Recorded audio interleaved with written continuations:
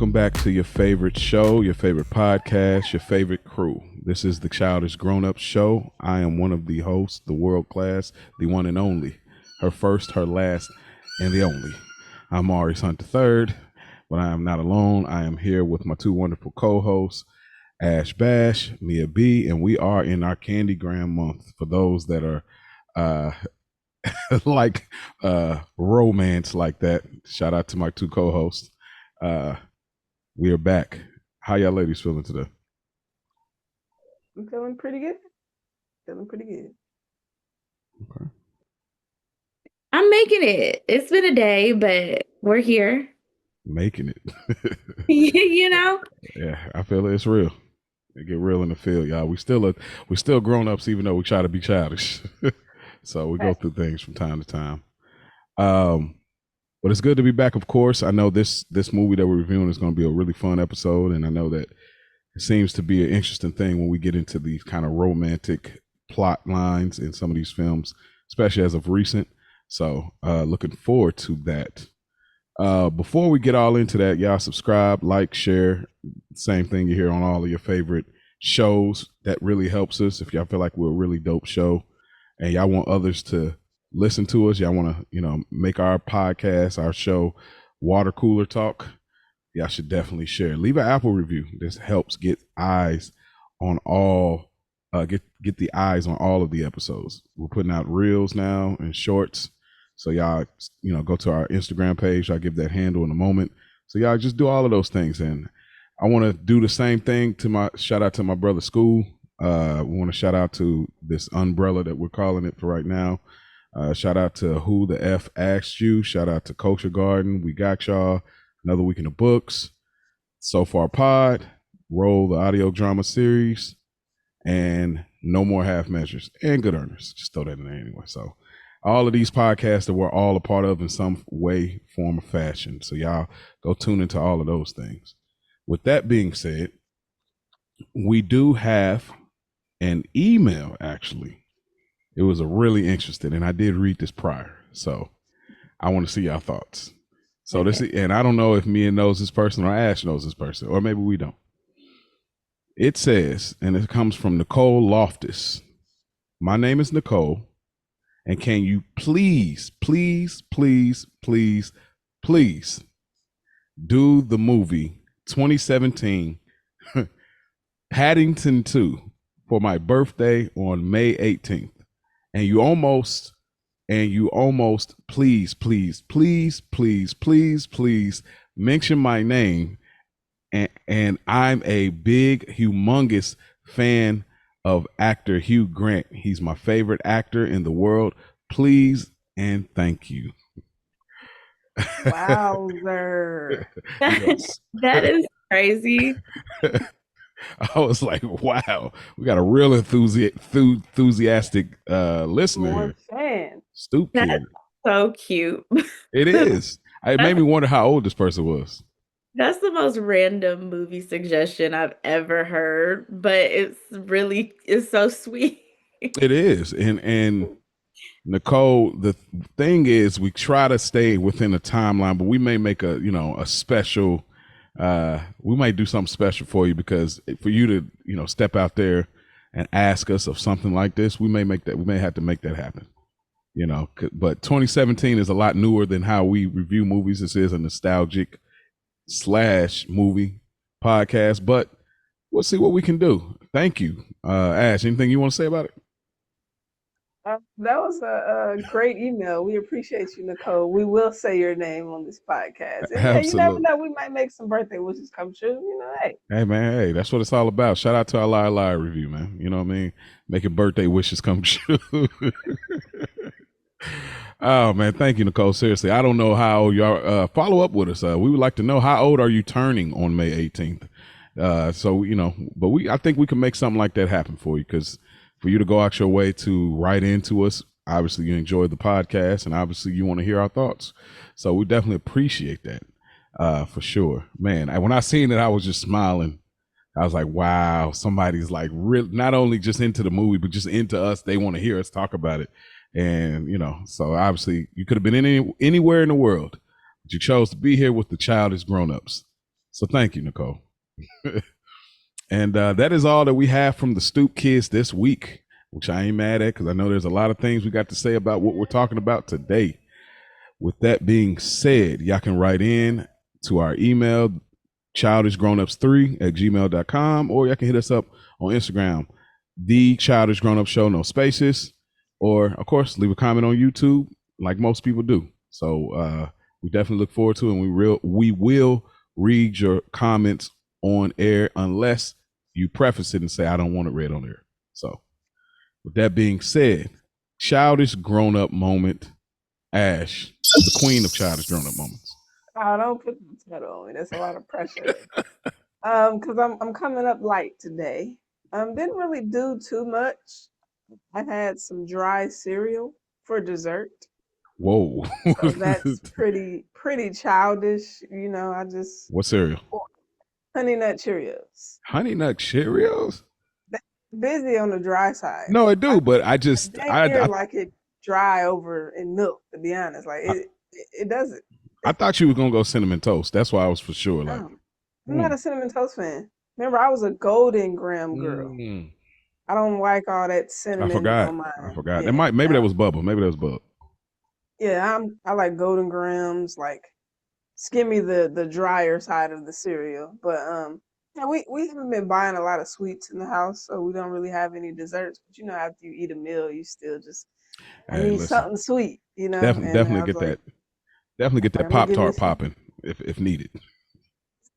But yeah, so I went with the Honey Nut Cheerio joints, and it was good. And of course, you know, Anthony, like, I was like, oh, eat some cereal. Did he eat some with you?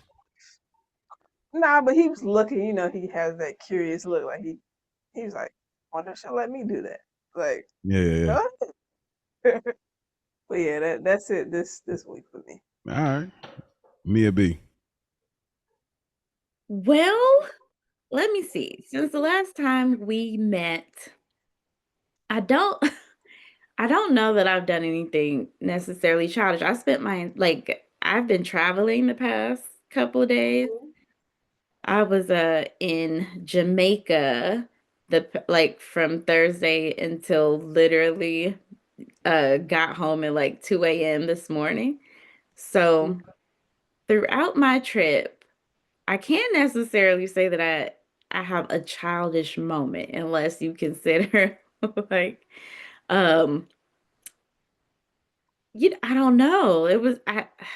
Look, can I help you out? Yeah. All right. So we all grew up on Martin, right? As a child, we were too young, like we were little kids watching Martin, and then we grew up with it, obviously. You going to Jamaica is exactly what we wanted to do because of the Martin episode. We going to Jamaica. I felt a little childlike glee the whole like definitely feeding my inner child. What was it like? Being able to, I'd been to Jamaica a few times, but this was my first time in this particular part, and I was there for my cousin's wedding. And stop it, Mo, cut it out.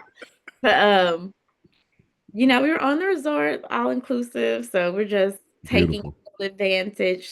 Stop. Just waking up, eating all the food, getting all the drinks, doing everything, to get your money's worth while you're there. Yeah. And, hanging on the beach a little bit, just relaxing, having a good time. It was a good time. Yeah.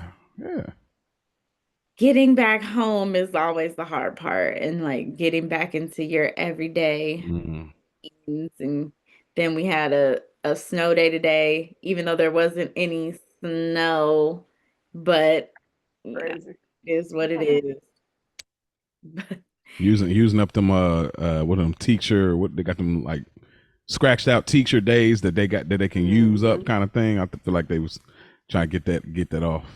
Had to be, because I'm like, not even an inch of snow stuck to the ground today. Them kids could have went to school today, but All right, I ain't mad at it, man. Shout out to you for traveling out the country, man, and making it back safe and sound. Thank you. It's beautiful. Absolutely. For me, it's the similar to Ash. It's a little light, but it's still effective. All right, so our son, he's getting ready to be 2 this month. It's crazy. This month 2. Wow. Um, and he's very picky, like ridiculously picky. Where it's like, bruh, it takes all day to figure out what you're gonna eat because he don't he only the crazy thing is he only likes healthy stuff for some reason. Like anything like chicken nuggets, burger, like he don't like none of that. He don't like other than like snacks, chips. Anyway, so I was like, man, one thing he does like is rice. So I was gonna, make some rice, season up some rice, and I said, you know what? Maybe I should make him the rice my mama used to make us, the butter sugar rice. And so I decided to remix it while I had it boiling. I was like, you know what? I'm gonna take a stab at it, see how it worked. Now I did remix it a little bit, just a little bit of syrup in there, just a little bit. Of course, the sugar was in there, but I just threw a little syrup, not too much to make it sticky. And he was getting down.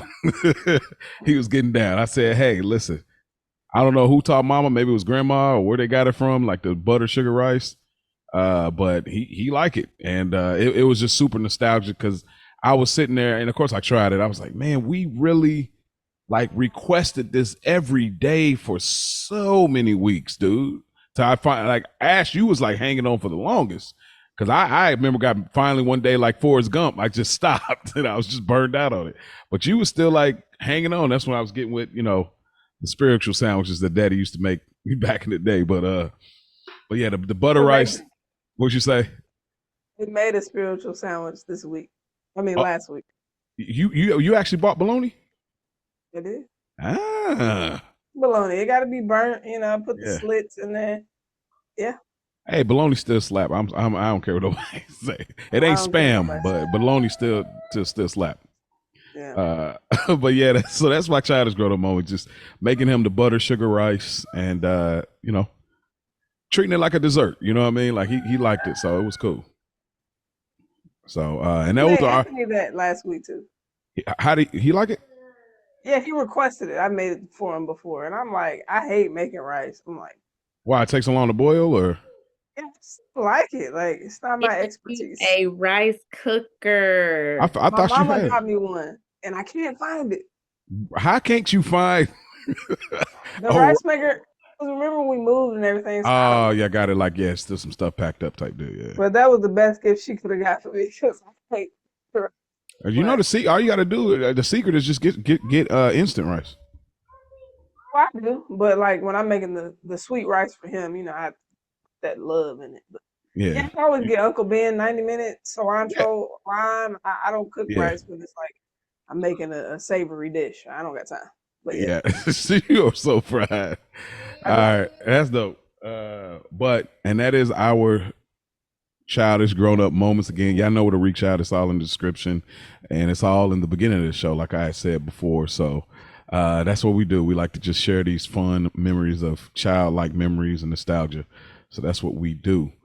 With that being said, Ash, the floor is yours. All right, we do have some trivia today. Oh my gosh. Favorite B&B coming back from vacation. I graduated school, so I didn't have to take tests. I've been sweating bullets on that Scantron. Boy.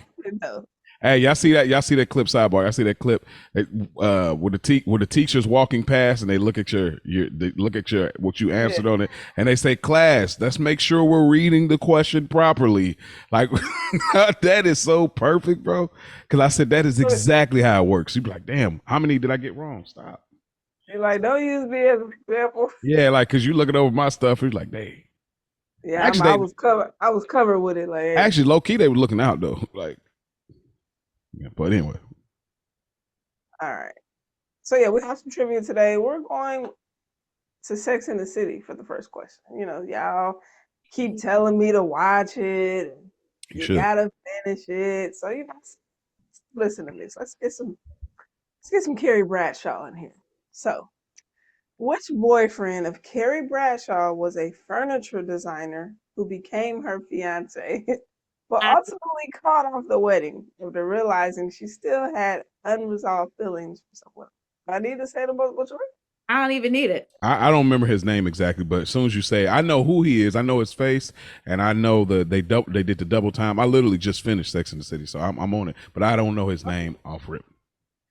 Mr. Big, Jack Berger, Aiden Shaw, or Alexandra. Aiden Shaw. It was Aiden. Yep.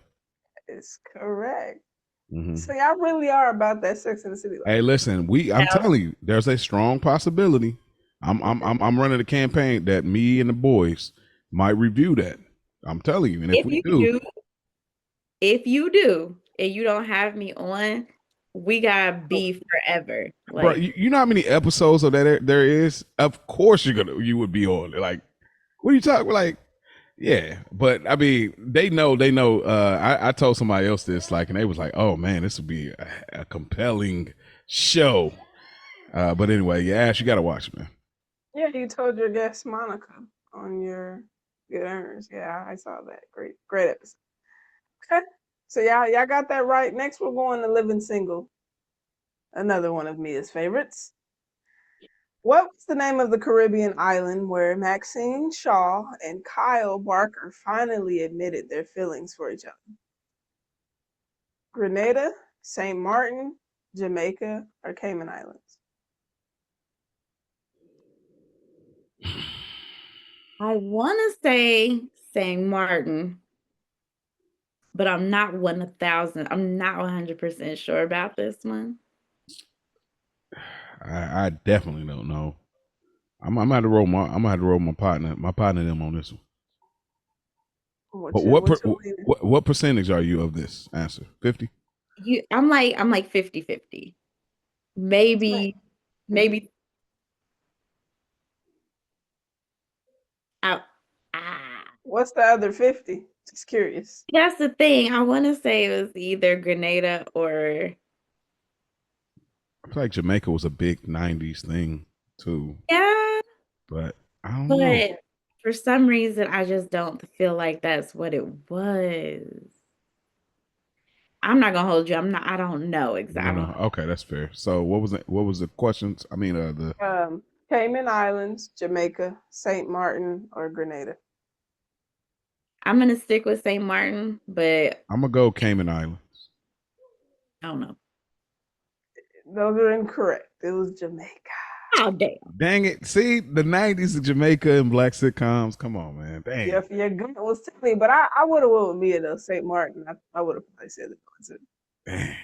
All right. Out to Little Jamaica. I was like, I couldn't give no hints. My girl just got back from, what I mean? But by the time the book was supposed to come out. Right. So we're going to finish off with The Simpsons. In the episode Marge vs. the Monorail, what is the name of the fast-talking salesman who convinces the town of Springfield to buy the monorail?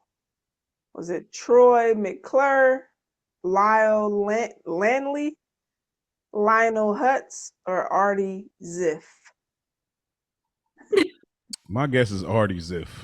I feel like that sounds like a Simpson name. You be so quick. You just be.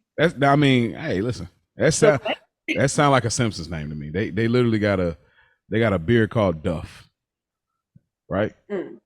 So I don't know. I have no idea. That's a guess. I have no further information. I'm gonna go with Mo just because I literally would I have no clue. So you're going with Artie Ziff. All right, that is incorrect. That is Lyle Lanley. Okay. I definitely think that. I feel like that was gonna be a tongue twister for the voice actors to say that name, but wow. Okay. Fair.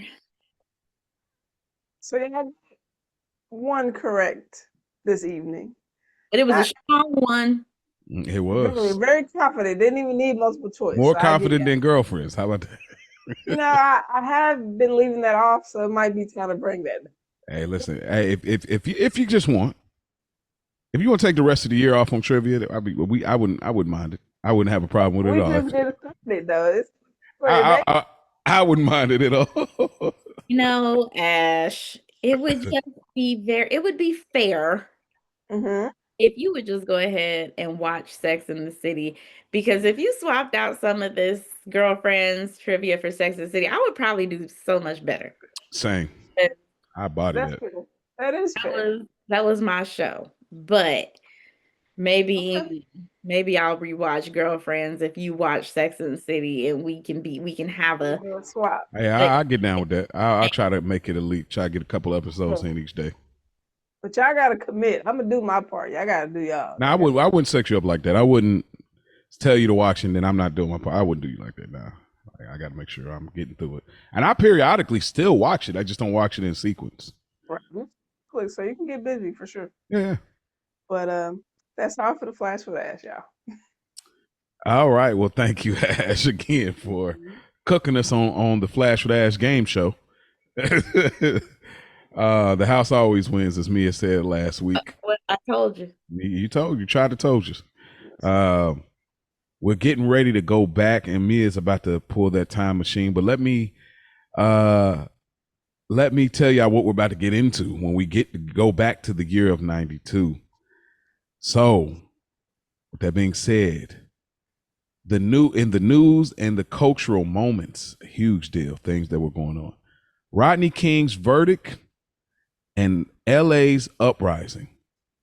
Obviously, we know that Rodney King was abused by the police, and the verdict had them not guilty, which caused a riot in LA. And that was crazy. Bill Clinton was elected president. That was our dog right there. And not only that, but he pulled up on Arsenio playing the saxophone. Like, what president doing that? You know what I'm saying? What a rollout.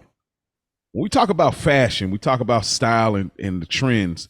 It feels like the movie we talking about. Power suits with the bold colors and the shoulder pads, silk blouses, pencil skirts, high-waisted trousers, gold jewelry, box silhouettes, men rocking fades, mustache, tailored confidence. The wardrobe wasn't just fashion, it was status. The music in '92, New Jack Swing was still running things. And I love New Jack Swing. And it was definitely being ran by artists like Babyface, Teddy Riley, Bobby Brown, just to name a few of the male artists. And then also in the R&B side of things, Tony Braxton's debut came out in '92. And obviously, we know that ties into what we're talking about. TV, A Different World, was out doing his thing. Martin debuted our show. Martin came out in '92 for the first time, and that was obviously the rise in style and aspiration of black characters on screen. And obviously, our man's Martin is also in what we're going to be talking about today. A few more things just to wrap this '92 preview out. It's lost my spot here. Sorry, y'all. TV. I said TV, career, dating. It was pre-social media, obviously, but it was a different time then. And then why does it keep doing that? It keeps sliding my thing. Sorry. And lastly, movies.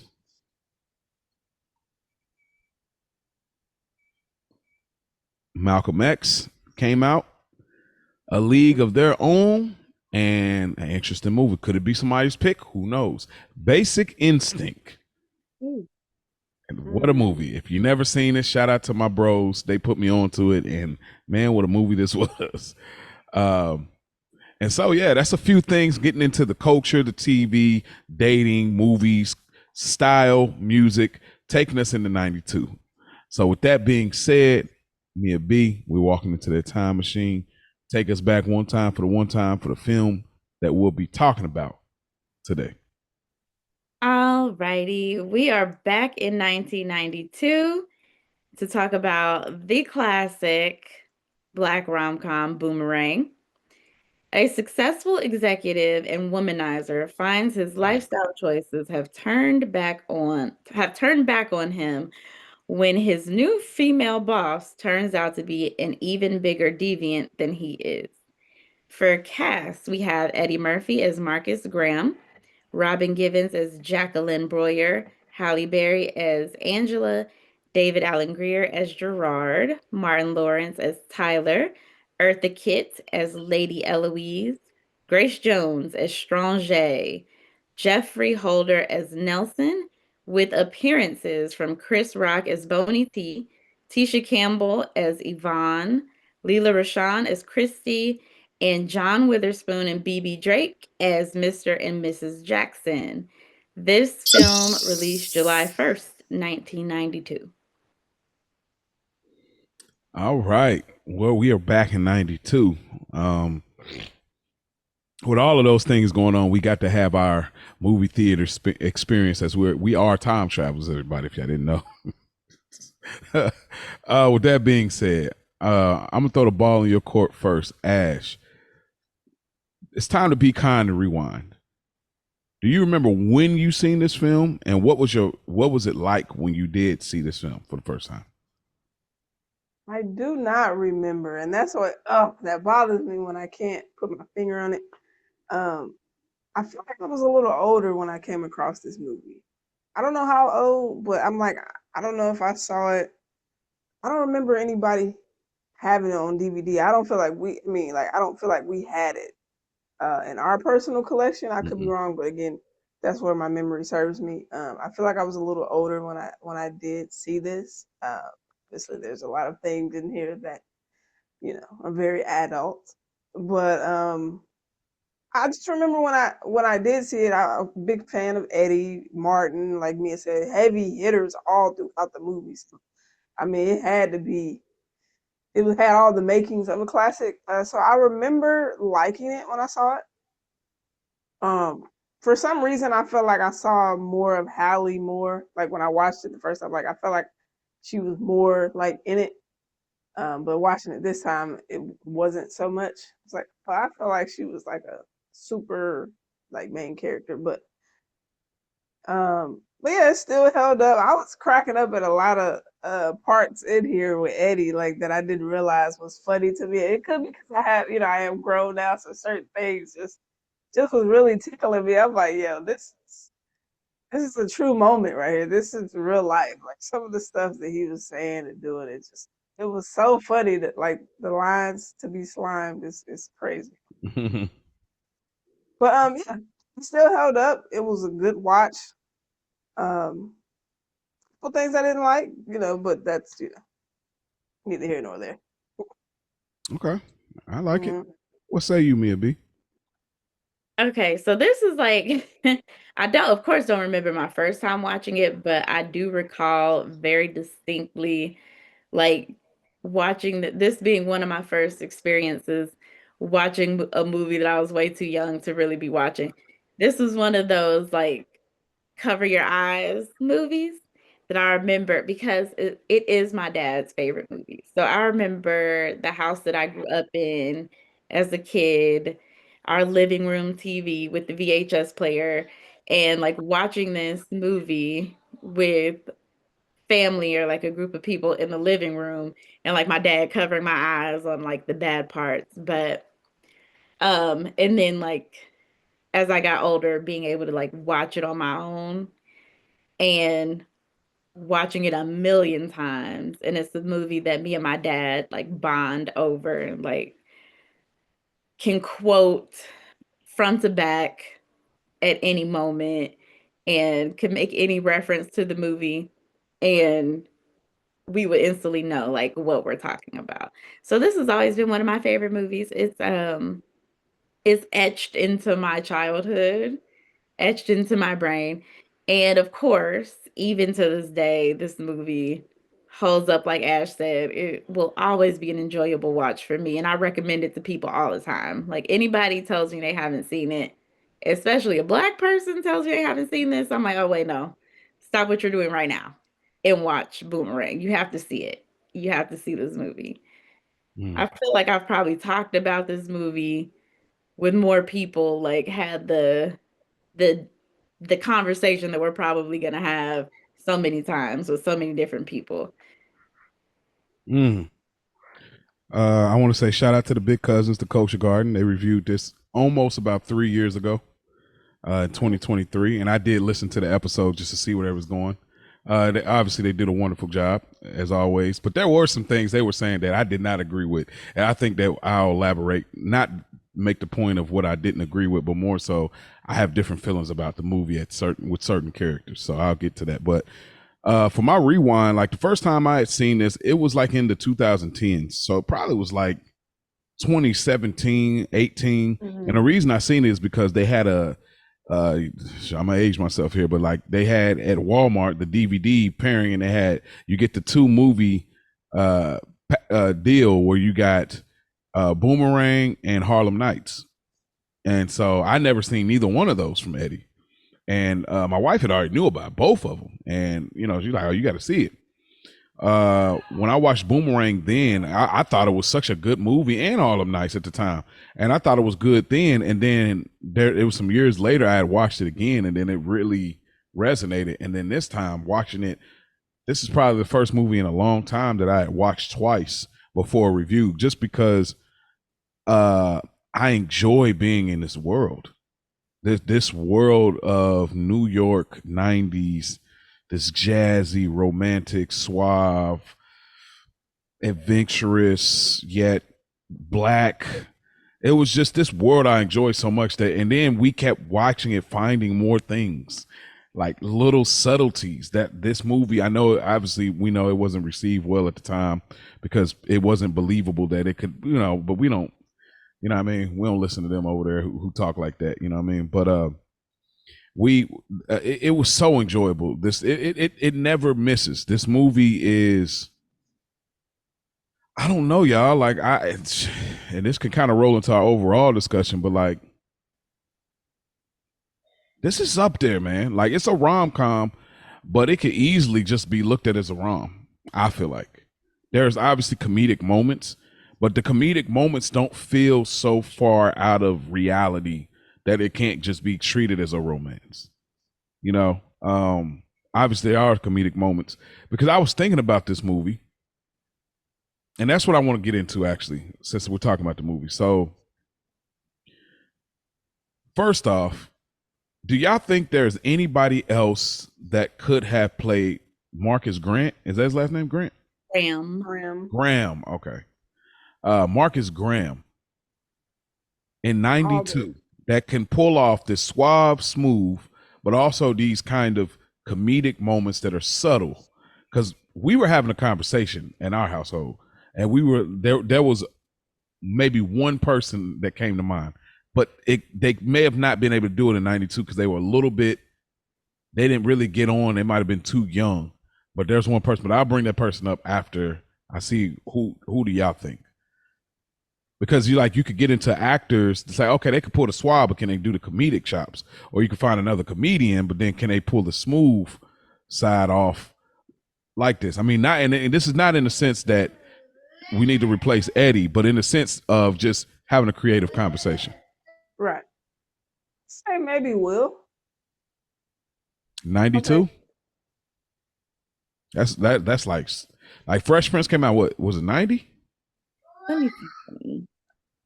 I mean, I may not line up exactly with. I feel like Will could do this. Could have done this. I mean, he yeah, he has the comedic chops. He's handsome. He could be smooth. You know what I'm saying? Like, I'm seeing how old was Will Smith in '92? He might have been a little young for it, but I'll say this. That's who I had in mind too, if he was old enough at the time. He was a couple years too young for where I think these people were supposed to be.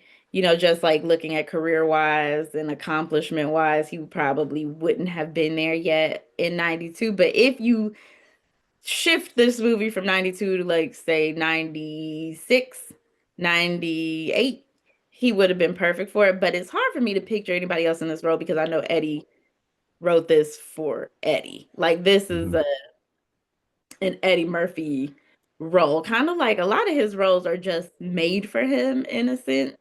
So it's hard to see anybody else in the role, but just looking at Will Smith's like filmography, I can see him doing it if it had been made later when he was a little bit older.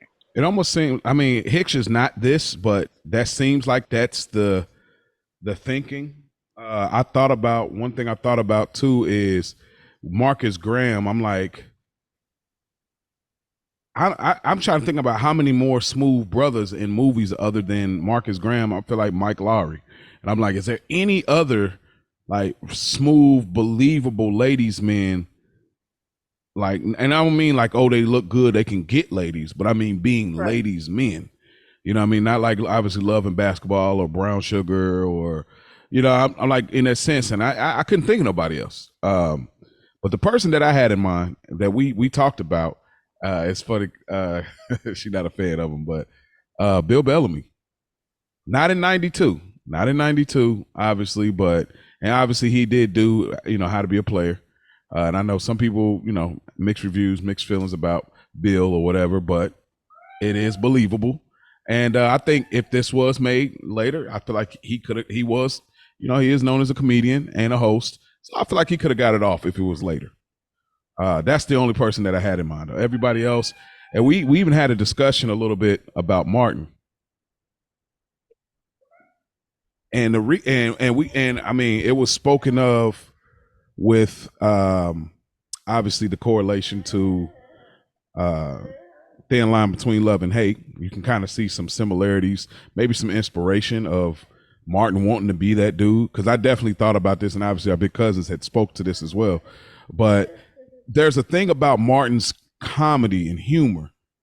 And we realized this just upon watching this multiple times, realizing that Martin doesn't have subtle humor. And I didn't realize this for real. Like everything is out loud. Everything ain't so giant all the time, but he doesn't have a lot of subtlety, even in some of the films where he plays the straight man. Because we was like, man, Mark could be maybe he could be the ladies, man. He got a little bit of humor, but his humor, like there's moments in this movie where I realized, like, oh, we realized that like he probably couldn't do this because his facial expression would have been so much more extreme versus Eddie. And then Eddie's naturally like a quiet person. If y'all go and watch the Eddie doc on Netflix, you kind of find that out.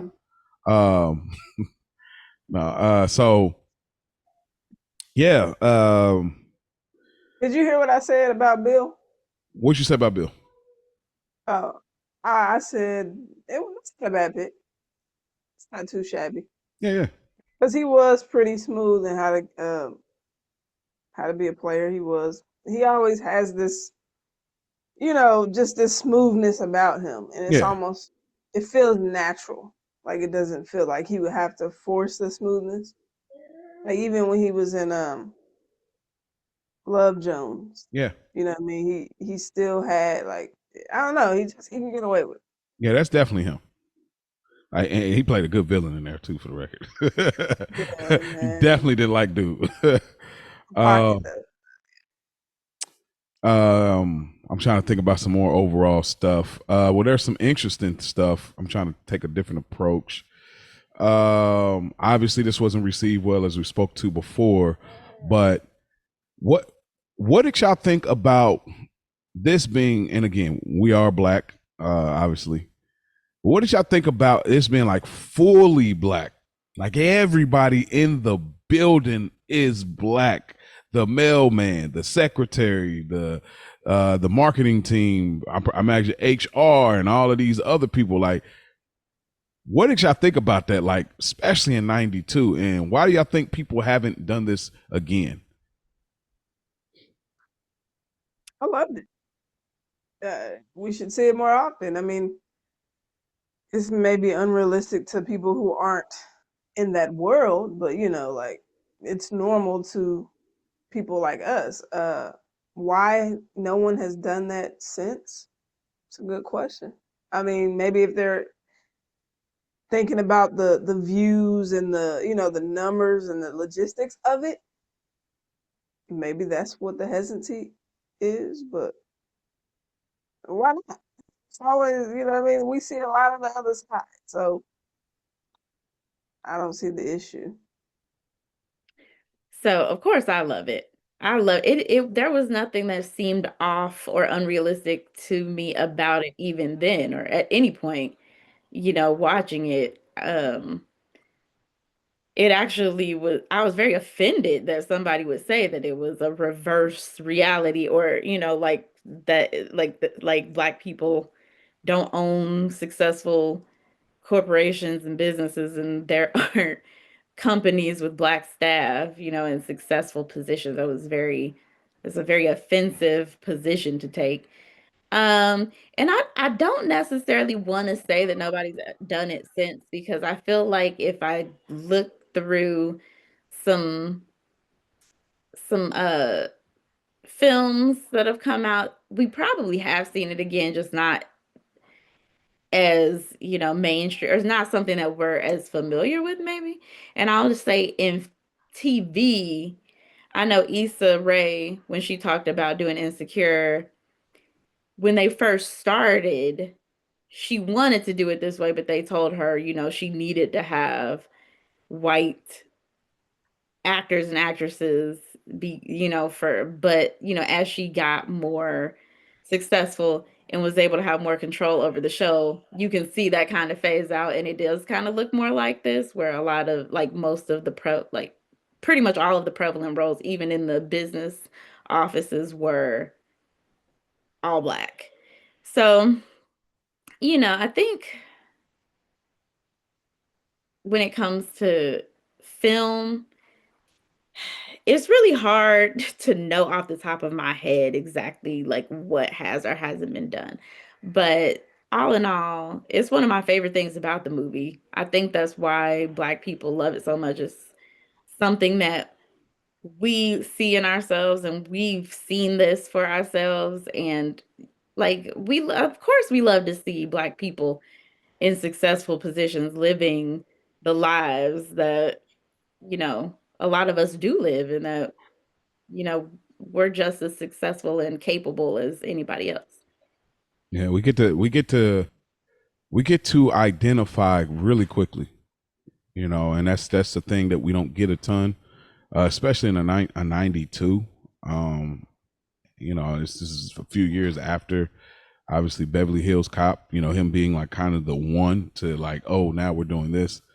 And I find it interesting. And what did y'all think about this as far as Eddie Murphy being, and I mean, again, I'm not gonna rehash what's already been said so many years about the non-belief of the film and him being the lead man in this sense. But what did y'all think about that? Like, did y'all feel the justice with Eddie being this? Was it believable to y'all? Did y'all find him attractive or believable in this? I mean, obviously the movie is enjoyable regardless, but did y'all find this like believable? And was it a culture shock to you in a sense that like, wow, has he ever returned to this like type of role?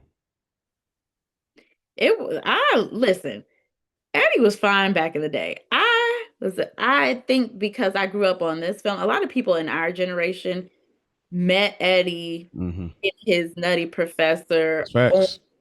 And so it's hard for certain people in our generation to look at Eddie and see the Marcus Graham and be like, but for me, because this was one of my first introductions to Eddie Murphy, I like this in Harlem Nights. I've always thought that he played the smooth, suave, cool guy who was funny just by being himself really well. I think it was very believable. He had it. He was Okay. that. All right. You Well, want to know my opinion? of course, the people want to know. Oh yeah, definitely. That was justice for Okay. Eddie. Absolutely, justice for Marcus. Eddie was All right. absolutely Giving it very up. stylish. The mustache. He is one that can really pull off Stash only. that little thicker stash. Because a Yeah. lot of people, I'm not really going for it, but like Michael B. Michael, sometimes he let it get a little too thick now. But it still works for him. But sometimes he going like you going OD. Pushing it. You going what's the producer? You're going Steve The Harvey. right. Yeah, Ryan. You going Ryan out here. Chill out. Well, Ryan, right. I love Ryan Ryan with his enjoy his thick life. mustache. Hey, Ryan, hey, he dedicated to it too. I love it. Look, you gotta lift it up the kids. But anyway, um, Lift now it you up. gotta move that out the way. But anywho, but no, yeah, it definitely it worked for Eddie and Flav, absolutely very attractive. Yeah. Yeah, I think he did his thing. Like it's funny. There's a comment that it's not a fourth wall breaking thing because this is '92. But now that we're having this conversation, it kind of does break the fourth wall. There is this moment where he's talking to Angela. Angela is talking about how nice looking Jacqueline is, and like if I was a man and this and that, I would date. And it's like she said, you have sat and watched a movie and thought that a man looked nice, and he said, I mean, yeah, sure. I saw Billy D. Williams. I was like, hey, he looks cool. Like, I didn't say, oh man, nice shoulders. I thought, hey, he looks cool, which is just one of the funniest things that, like, in that time, yeah, it wasn't frowned. It was frowned upon to be like say anything remotely as a hetero male to say, hey, like I could say he's like, oh, this is a nice looking dude. Like he's a good looking guy. I could see it. You know what I mean? But like then it was like, hey, he getting women. He got some motion. He got action. But me personally, I obviously in 2020, what was it 26? Like, bro, it's not a problem. Like, but it's funny seeing that there. So yeah, I believed it. I liked it, and be honest, man, I really wish they would have did a sequel. And I got some things about how I think they could have done the sequel if they had done it. But I'll speak to that a little later in the film. What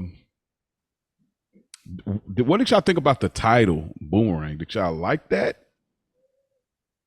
I didn't get it until I was older, and now that I get it, I think it's perfect. Okay. Mm-hmm. Okay. Agreed. Yeah, I ain't mad at it. I can't think of anything else that could be an alternative title, but I do. I'm cool with it. It works. It's a. I feel like one name titles are a lot of them are very rememberable. Like Mm-hmm. so. I think that's kind of it. I mean, I got some interesting stuff about it, but yeah, I probably already know. So we can get into the film. So I feel like there's a lot of dynamics, a lot of characters and plots, and we can go anywhere. Mia, this was your pick. So where do you want to go? Who do you want to speak to in story and have a conversation about first? I think the best place to start is just when we meet Marcus and we get to see instantly like the kind of guy he is. And like he brought like that opening scene with the music, that 90s music on the backdrop of him walking in the office with his long like pea coat, and you see everybody, good morning, Marcus, and you see he's the man. Like you instantly get a sense like, oh, okay, he's got it. Like everyone in the office. And if you notice, most of the people in the office, other than like Right. Nelson, Tony T, Marcus, and Gerard, are all women. So he's Women. he's just like walking with so much confidence, his shoulders back, he's got a stride, and he's like walking to the music. His whole day is like fast. He's got messages from women, and he's, got his secretary already knowing to, send this one flowers, this one called, get this one on the line. And he's quick with the mouthpiece. You see, he forgot a call from one woman and he already has an excuse and flips it around and gets his way. So you see that he's a guy who gets his way instantly, and that he's kind of got a lot of charisma and everybody responds to him in a certain way. And I think that kind of sets the tone for his character and where his character is going um for the rest of the film. And of course, now that I'm older and I get the title of the movie, you see the kind of person he is, and you see how that, you know, you can anticipate how that like flips on him. Mm-hmm. Yeah, because when I was younger, definitely didn't understand the title. Call it, but like you say, you live and you learn, and now you see. But I mean, you pretty much hit it on the nose. Maybe like he's a showstopper. He coming in, he's smooth. You're drawn to him, right? He has this aura. It's almost like this illumination around him. Like you said, everybody knows. Sending 6 women flowers is wild though. Like single roses, like you do this on a weekly basis. So my thing is this the same 6 lineup at like, or you got a new 6, like a new pick 6 every week? Because what's happening? Like, how many women do you have on the hook? It's crazy. Um, and say he getting busy with every single one of them, but I mean, come on. I mean, he's He is. You know he is. true womanizer. Because my thing is, what I be thinking, like, okay, you know, you're a woman magnet, but at some point, are you like cool? Like, let me just chill for a little bit, because you know it's so easy for you to get it. You know what I mean? But yeah, that's just one of my thoughts. But yeah, the introduction of Marcus, it warrants for how the movie continues to play out with his interaction with women until he comes up against his I mean, match. this tracks. I mean, you know, when you're young, you're single. That's the objective. It's just a part of the thing, like being fly. He's fly. You can see that. You know, he's getting money. You see that. You see the crib and getting women. Like that tracks. That's what it's about. I don't think we're supposed to think he's in his 20s unless he's like maybe late and arguably late 20s, but maybe 30, 31, maybe. I don't know how we were supposed to believe he is. But so yeah, but that tracks. And I liked it. I liked this fit. I mean, him telling the boys I'm gonna be late for lunch is like he's already getting set up for another play. It's like crazy. Absolutely. So yeah. What do y'all think about the friend group? Again, one of my favorite things about the movie. I love their dynamic.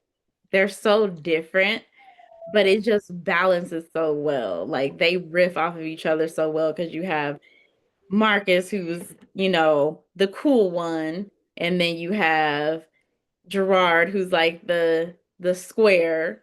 Then you have Tyler, who's like a little bit more around the way. I guess you could say he's a little bit like he's the like they're all funny, but he's kind of comic relief in like a okay, everybody's successful, but you know, you might be able to take a little bit of the hood out of everybody else, but you can't take it out of everybody. He still got that like that Yeah, it hood. makes you wonder how he got there. You know what I mean? But that's the thing, like again, Black people being successful, you don't have to be a certain way. Like, Right. especially in this type of environment, you know, a person could Was he a come from doctor? Was Tyler a doctor no, or? they all worked in the same office Oh, in okay, different okay. departments. Different department. Like Marcus was in marketing. I'm not exactly sure what departments they worked in, but you see him in the office, like seeing them there.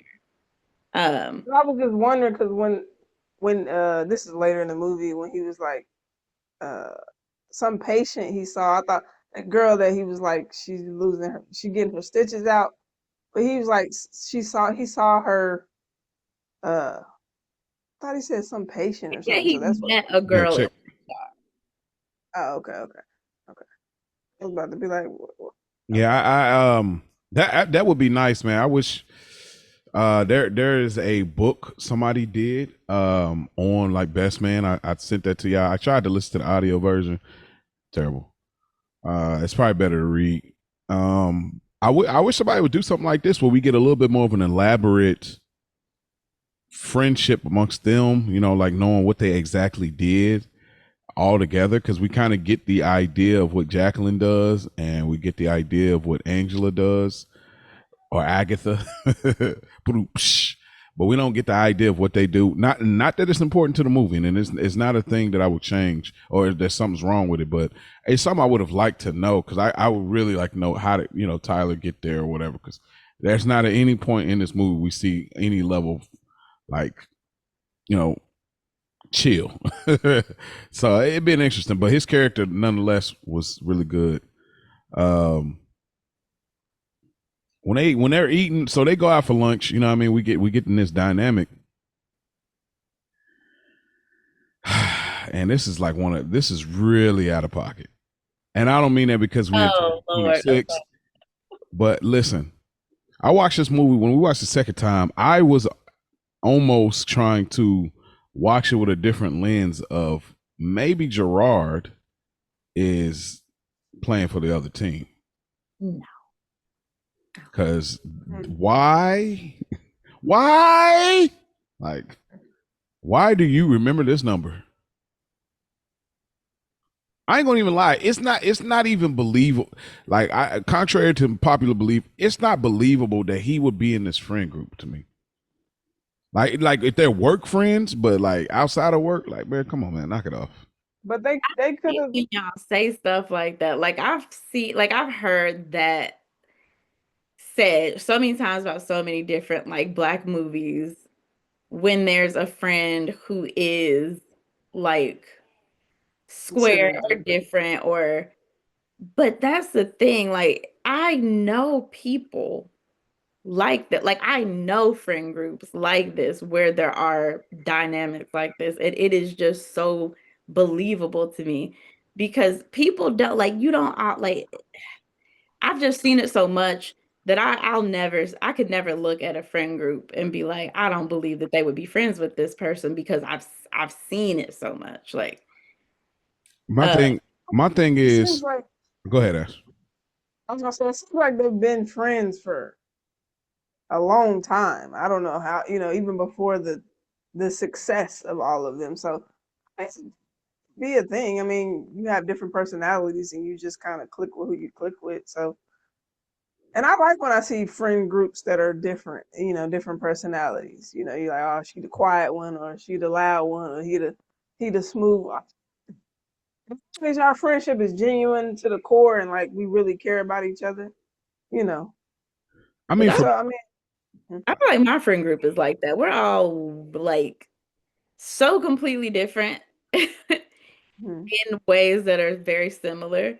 And so like it just never registers to me that like you wouldn't believe someone would be in a now wait certain a minute. That's an oxymoron. Y'all all different in similar ways.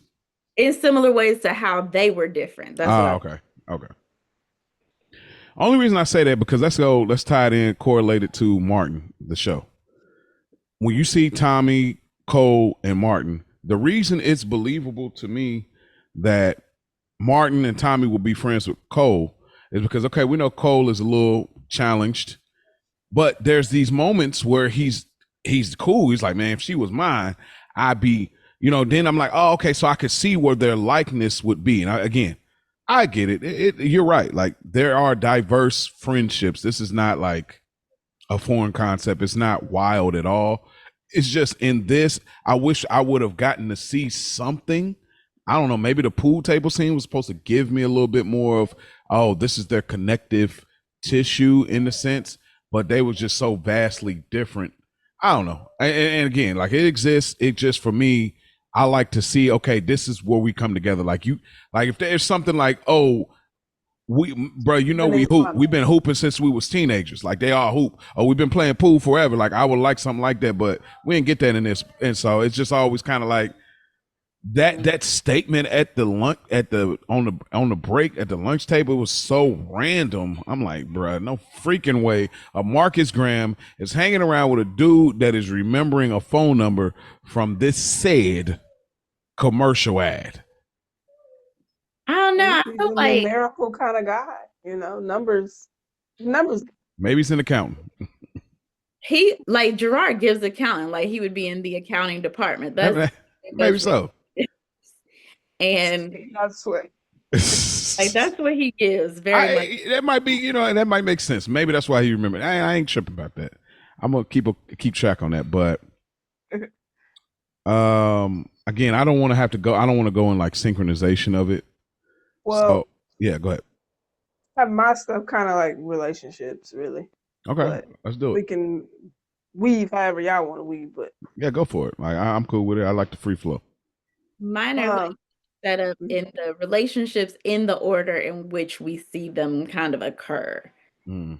mhm. Like Meet Marcus, and then how Jacqueline comes in and her company takes over, and how that power dynamic like shifts with him now, her being his boss. Okay. However y'all want to, But yeah, I got like Well, I Marcus. don't want to go. If we go in sequence, it's going to be forever. So I don't want to do that in a movie that's almost 2 hours. So I don't want to go in the sequence order. But I think the relationship style uh is a good fit. So go for it. What were you going to ask? Uh, Jacqueline. Yeah, kind of like Marcus and Jacqueline. Then I got like Marcus and Angela, Angela and Gerard, and I think that's kind of what I got. But So I think maybe save the meat and potatoes for last then. So so you saying Jacqueline and Marcus is last? Is that who you would consider the meat and pot? uh, That what do you think, Mia? I Who's feel the like we would have to talk about Jacqueline and Marcus first, because that's how Okay. to get to him and You're Angela. right. Oh, so Okay. you think Angela? Okay. Yeah. And we talk about Gerard and Angela to then talk about Marcus and Angela. Okay. Well, what about, can we talk about, all right. Can we talk about Marcus? All right. And the Well, dog girl. oh yeah, let's just go there. Like, I know it's a little early in the sync, but I gotta know your thoughts because this is amazing.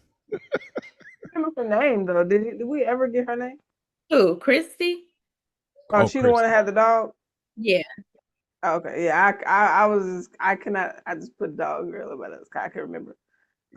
Again, another smooth moment for Marcus. Like, yo, A liar. he liar, but smooth though. Like, and he saw her investment in her dog. Like, this is her baby. Like, so he like, I'm gonna lock in, and he went out there. He made the play. And she's like, I think sleep at night until I know you found.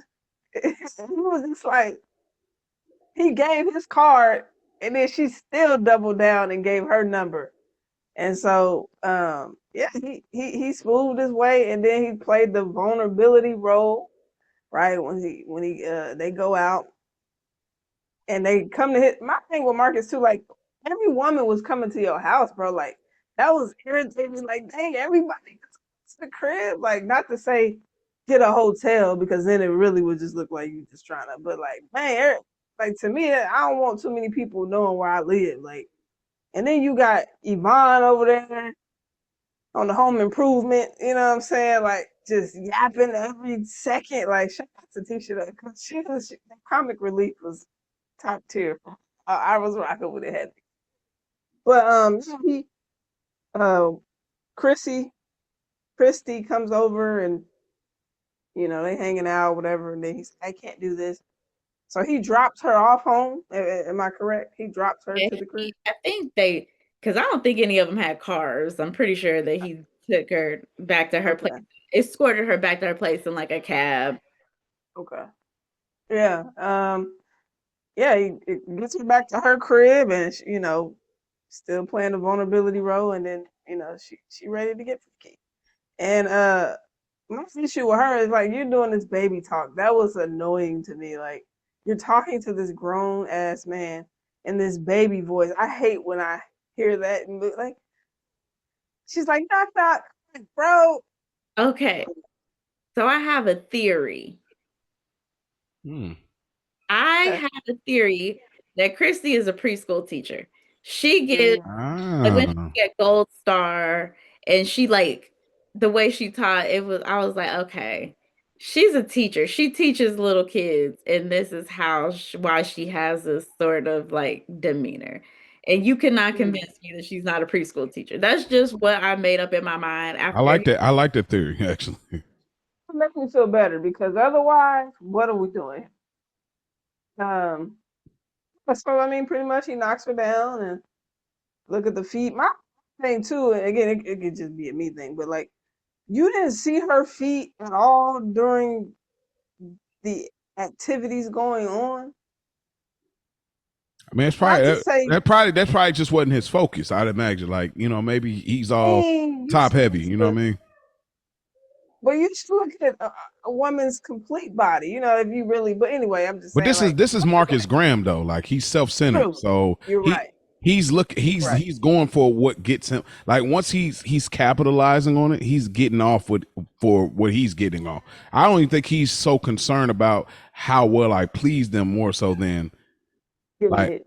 yeah, like I think he's that self centered with it. Like until like obviously I feel like Jacqueline comes into play, and I think maybe he take a different approach for justice. But um, I when she came on, like I love this. I love the whole scene, but I was sitting there like, it just doesn't feel like a real person. Like it was just, I don't know, it didn't feel like a real person to me. Like I was like, but again, I was like, well, maybe it's the '90s, and I'm too young. But I was just like the way she was like, oh well, nobody's gonna hurt you anymore, and all. I was just like, but again, what the movie is doing is, and this is why it didn't bother me to the point I put it in a later section, is because this movie is emphasizing all black. So even the black dog lover, you know what I mean? The black dog lover that arguably could be a preschool teacher, like this is Black Ditzy. You know what I mean? And I was like, okay, there's room for that too. And so, but like the way he tells this story about being engaged, but he, obviously the best man and the priest, and then like chef's kiss, grade A. This man came to the crib like, no, no, no, no, no, no, no. Like he's really not trying to get active, but she pulls him in, and then he knew he got it. Like his face didn't even sell it when he was like, I just don't want to be hurt again. Like he didn't even he stopped acting at that point. He just dropped the bar to say, I know I got you.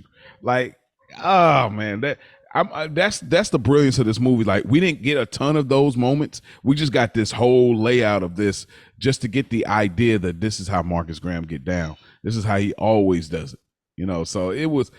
I'm glad they gave us that, and I mean, it's been spoken about before, but like Reginald Hutland, like this was based off of I think a friend of his that like he used to look at the back of women's teeth to see how their grill was. This is where they kind of tied into the feet thing. And I do think the feet thing became a thing after this movie. Like, oh, she light skin, dark skin, she cute, smooth skin, got pretty feet. It's gotta be. I feel like it's gotta be because of this movie. Unless there was some movies in the 70s, 80s that harping on like feet. So if it wasn't for Boomerang, there wouldn't be OnlyFans. You know what I'm saying? Where you want to go next?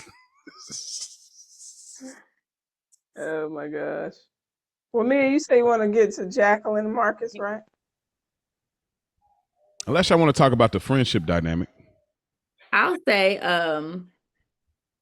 again, after that scene, because they were having lunch when they met Christy, then they were having lunch again after, and that's kind of when you get to see, like they start talking about amongst themselves how, Marcus says he's the most romantic guy any of them know, and they're like, yeah, you're a dog, basically. And he's saying how he gets bored with women after he cracks, basically. Post nut clarity. And then cut to now we see Big Dog walking in. Big Dog in her heels with her hair weaved all down her back walking in the office. And now things about to switch up. He's But hold about on. We probably got to get into Marcus and Lady Eloise. Oh Ooh, my God. okay. Because I just thought about that. I was like, wait a minute.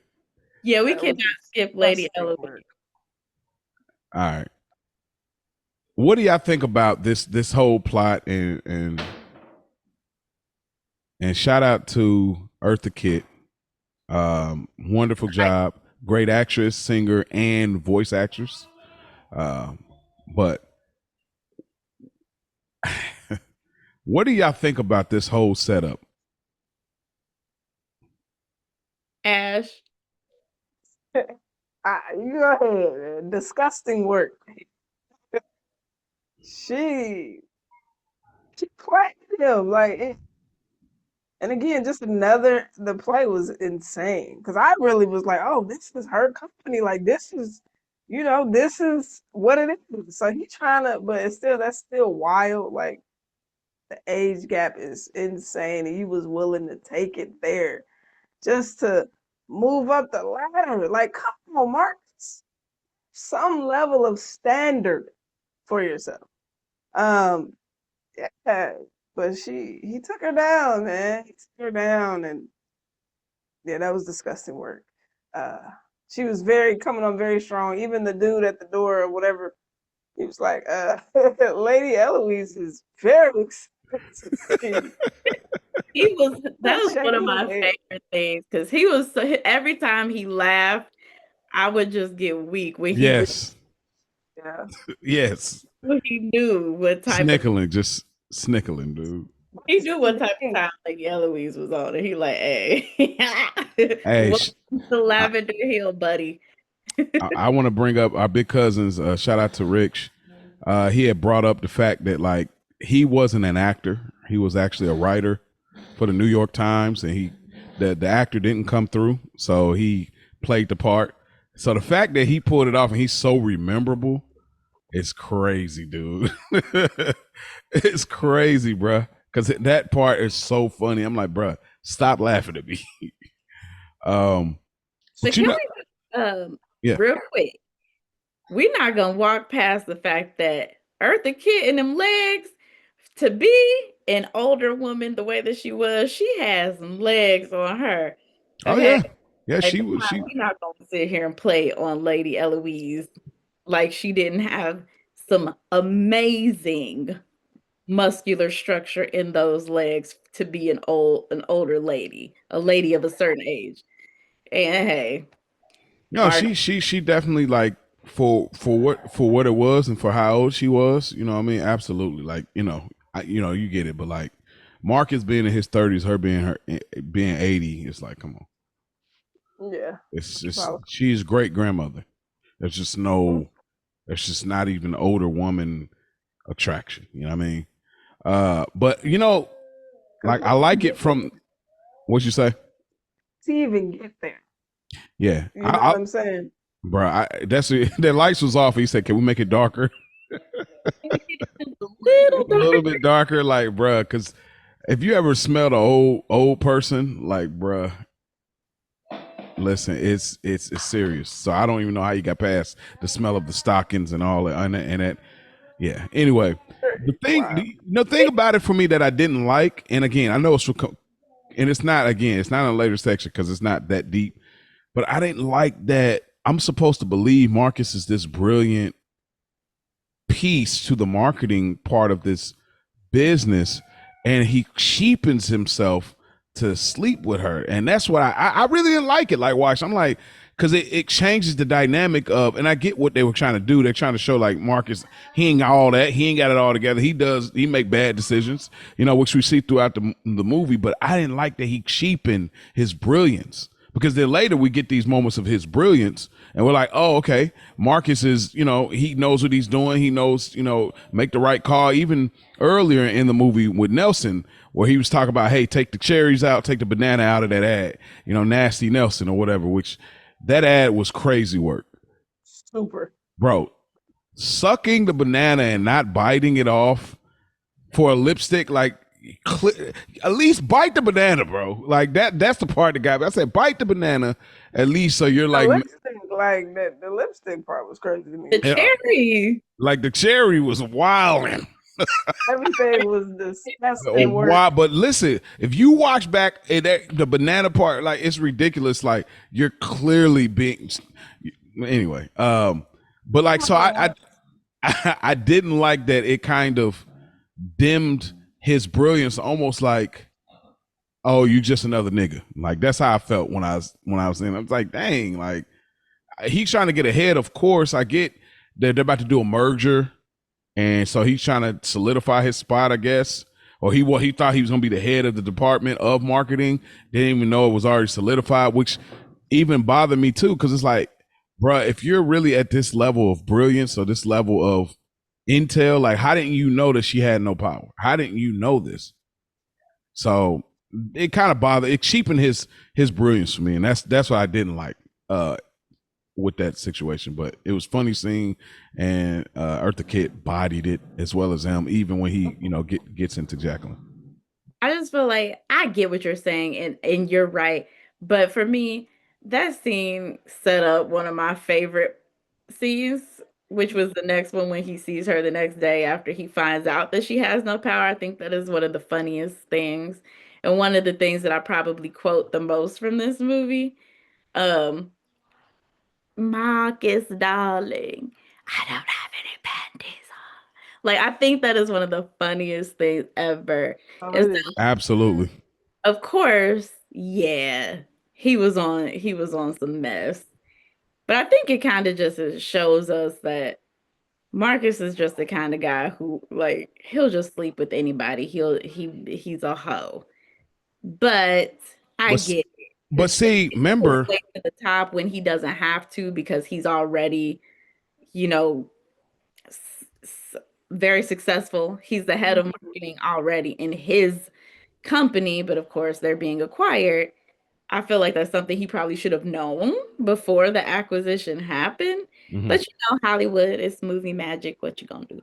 Yeah, no, and that's why, because there's a scene where Gerard says, "It's like, don't you think you're being a little too picky?" He talk about feet, so it's like that made me think. It's like, bro, he only go for the top of the top, based on what he thinks, and then it's like you sleep with her for it.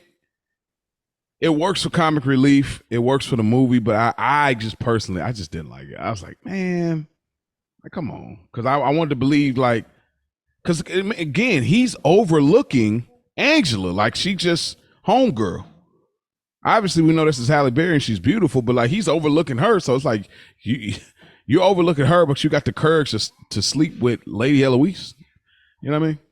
So, but Well, once he saw Jacqueline, he wasn't thinking about Angela because Jacqueline is all done up and glamorous, and then like you said, Angela really the one. yeah, But when you see the model, so yeah. yeah, but like, so when we get the intro of Jacqueline, bruh, nah, like this. They act like she had like a skin tight dress on she had the baggy suit dress or whatever this is. And I mean, don't get me wrong, Robin Givens, she looks good. Like let's be very clear. But like, come on, wardrobe. Like she wasn't like fire like that. Like where this man, like, you know what I mean? Like they showed the legs and everything. She was definitely skinny mini. This is coming straight out of the 80s into the 90s. Be a size 0, of course. That was the culture at the time. But like, this wasn't that. Like Marcus, when he was with old girl, the dog girl that you said, he had the black sweater with the lavender stripes on it. Fire fit. When he sees Jacqueline, bruh, like, don't get me wrong, this is a cool fit, but this is not the seductive fit that you think is like, oh my God, dang, she's fine. Like, bruh, it's this baggy suit dress. Like, I don't know, bruh. So yeah, it was just this. It was just a little thing like, this is the fit y'all got. So, but yeah, so we can kind of get into it because it goes quite a bit when we talk about the journey between these two, and I got a lot of things to say in regards to them two. So, you want to start off? All right, I'm gonna jump all the way out there, and it's a hot take. And again, let me make it very clear because I don't want no confusion on my stance. I enjoy this movie. I love this movie. I'll probably watch it again maybe in the next month or so because I just love it. Like I never watch anything I review twice at this point. I don't got the time and I don't care to do it. This movie I watched twice. So, but watching the movie, I was so intrigued by the Marcus and Jacqueline story. I almost preferred if the whole thing was about that. Not that the movie feels like a different movie when we get into Angela, but I almost would have liked this cat and mouse game. Like this could have been not the prequel, but like this could have been the inspiration for Two Can Play That Game type of movie. because as I'm Mhm. watching it, I'm so intrigued by this Jacqueline and him, and then obviously we get to the later scene about the like, yo, you spreading my business, or you cut off type stuff, and I'm like, bro, this for me, I think I would have really enjoyed the journey of them doing this whole thing the entire time. Now this is just me. I know a lot of people are like, oh no, you need Angela because she's the good girl and this and that, and I'll get to like my feelings about Marcus and Angela, but uh I was so intrigued by that, but I'll elaborate a little more. I don't want to overtalk. What was you about to say, Ash? But no, that's because I do have my own feelings about it as well. And it was when we get to Angela Marcus, but I'm just gonna put it out here now. But because I think I would have liked to see that develop more if we were gonna end up with Angela. Like I feel like I wanted more from them because they were in love. I love you, you love me. Heart hurts, you know what I'm saying, all that. But it's like I wanted to see more development with Marcus and Angela. It wasn't enough for me to be sold at the end, personally. It was a good start, but I wanted to see more development there because, like you said, half the movie is Jacqueline and Marcus, you know, and then of course him just doing what he does and his friends. But you know, But I was saying, go yeah, ahead. I wanted just a little more with Angela for me to be like, oh yeah, I want. Yeah, yeah, I to didn't root have a for. desire to want them to be together. Like I didn't have that desire for like, oh, I wanted to take them back. Like I didn't have, you know what I'm saying? Mm-hmm. But yeah. I think that the way that I see it, I feel like the Marcus and Angela relationship develops mostly in the in between moment. They develop a strong friendship and a strong working relationship in the meantime and in between time of everything else going on. So it's like moments when, they're talking at the banquet or the gala, or the moments when they're sitting next to each other on the plane and they're talking about New Orleans, or the moments when she's, you can tell Angela likes him, but she knows that he likes Jacqueline, Mm-hmm. and you see her poking a little bit like at both of them, like, and she sees like, okay, I know what type of person Jacqueline is. I like him, he's cool, I dig his vibe, and I see he's interested in her, so I'm going to ask him questions about it and make little comments about him being interested in Jacqueline so that I can you know, get more information out of him and maybe like strike up a friendship. And I feel like that's kind of where they came in. And then him hooking Angela up with Gerard in a way brings their friendship closer because it's like, oh, what's going on with y'all? Like, and it gives them more time to spend together, more to talk about, in the sense that now it's Thanksgiving. We're all over Marcus's house, and she's there because she's integrated herself into his life as a friend in a way that Jacqueline hasn't. Like, she wouldn't be at his Hmm. table for Thanksgiving, but Angela would because now they're friends. And you kind of see a Hmm. friendship developing with them Mm-hmm. that you don't expect to turn romantic, but when it does, it's not necessarily a surprise knowing how and who Marcus is. That's just how I Yeah, heard. like how Marcus is. Yeah, that makes sense. I mean, because watching it a second time, you could tell, and like there's all these moments where you could tell like she wants him, but maybe she feels he's out of her league, or maybe not, and or maybe it's just like he not her type, whatever the case may be. And so even when she says, "Hey, I took you up on your that offer or whatever, I'm going out with Gerard," it came off like I not so much that like, oh, I'm so interested in Gerard, more so than I'm listening to you. I'm doing what you're saying. I'm making small talk. So she's definitely, like you said, there's a build because a lot of us have been there where you might play the long game. So I'm gonna play this homegirl role. I'm gonna play this homeboy role. Brother, this is like you're like a brother to me. Yeah, okay. Like I'm gonna play the long game with you until You know what I mean? Until I need to be the shoulder to cry on. You know what I mean? And I feel like Angela was taking that approach in a sense because, you know, if she doesn't have material, it's like, when would her and Marcus have conversations? So going straight to Jacqueline creates that material for her to create some chemistry. Now, strong friends, I think, is a stretch. I don't think they were strong friends. I think they were, I would say friends, work friends at best. Strong friends is a little bit, and there wasn't no real confiding. I felt like between them two, there was a moment he was down, he had to take a break from work, and then she was hanging out and kicking. She seen her opportunity, but I wouldn't say strong friends like he confided in her in that sense. Because I don't even know if Marcus really has women friends. I feel like you're missing something though. Like you don't remember after his whole thing with Jacqueline, she took him to her art class and she Right. was trying to cheer him up. And you don't think that he confided in her about all that when he's telling her, like, I don't want to hang with these kids. My heart's broken. I want to lay down and listen to Sade. Like, I feel like we're meant to assume that, yeah, he was confiding in her. And that's how she knew that he needed cheering up because of what was going on with Jacqueline. I mean, again, I think they have developed a style of conversation that they constantly did. Like I said earlier in the review, where he's like, she said you went to the movies before and seen a man and knew that he looked nice. He's like, oh yeah, sure, I went to the movies. I ain't like I said, his shoulders look nice. I looked at the Billy D thing, and so I feel like they have developed this kind of comedic banter amongst each other. So even in that sense, I felt more of it being more of a comedic banter than like a full serious, even though he may have really felt like that.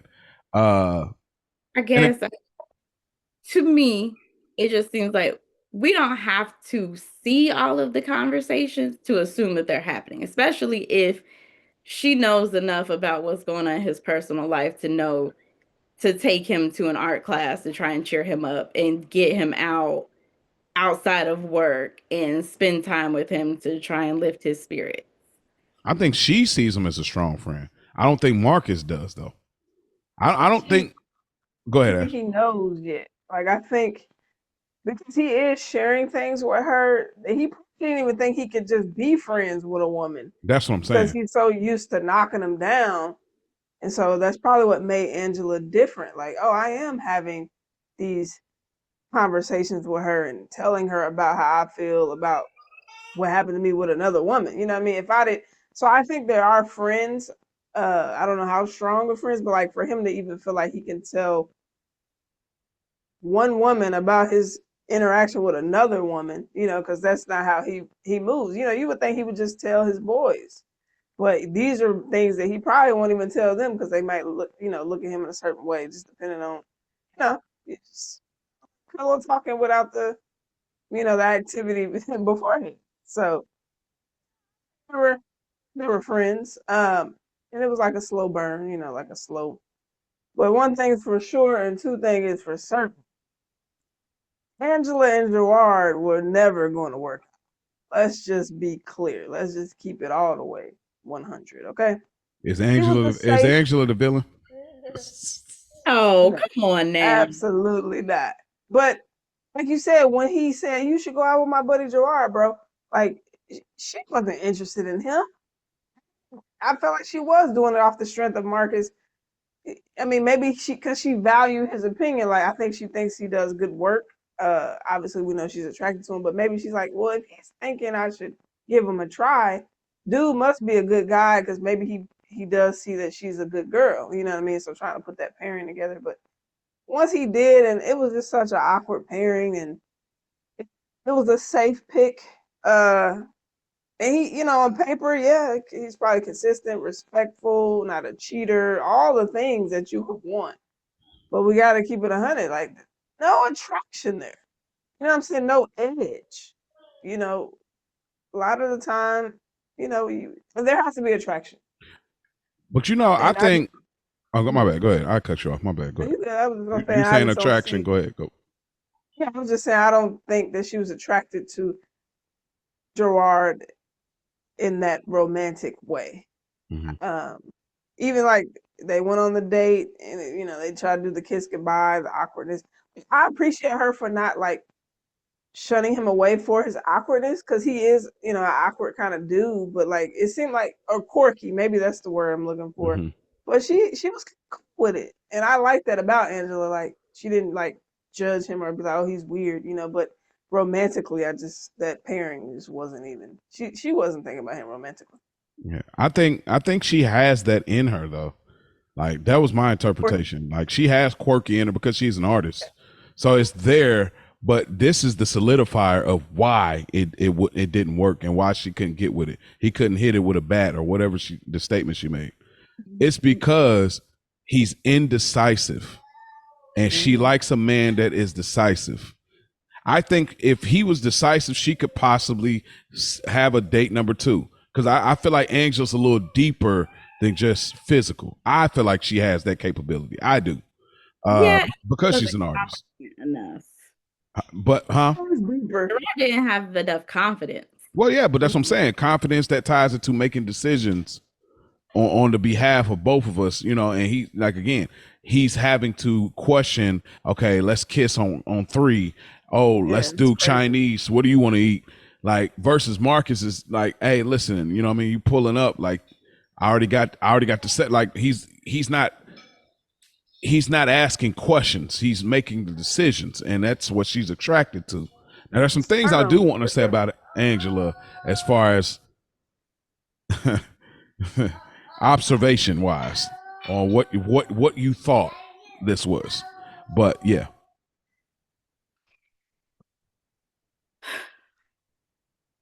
I Well, thought you were about to say something on the end of that, but Oh no, just yeah. I mean, like I said, I think she has that in her, but like the solidifier, I think they were telling it in a subtle way was just he can't make decisions, and she likes a man that leads in that way, and he doesn't have that.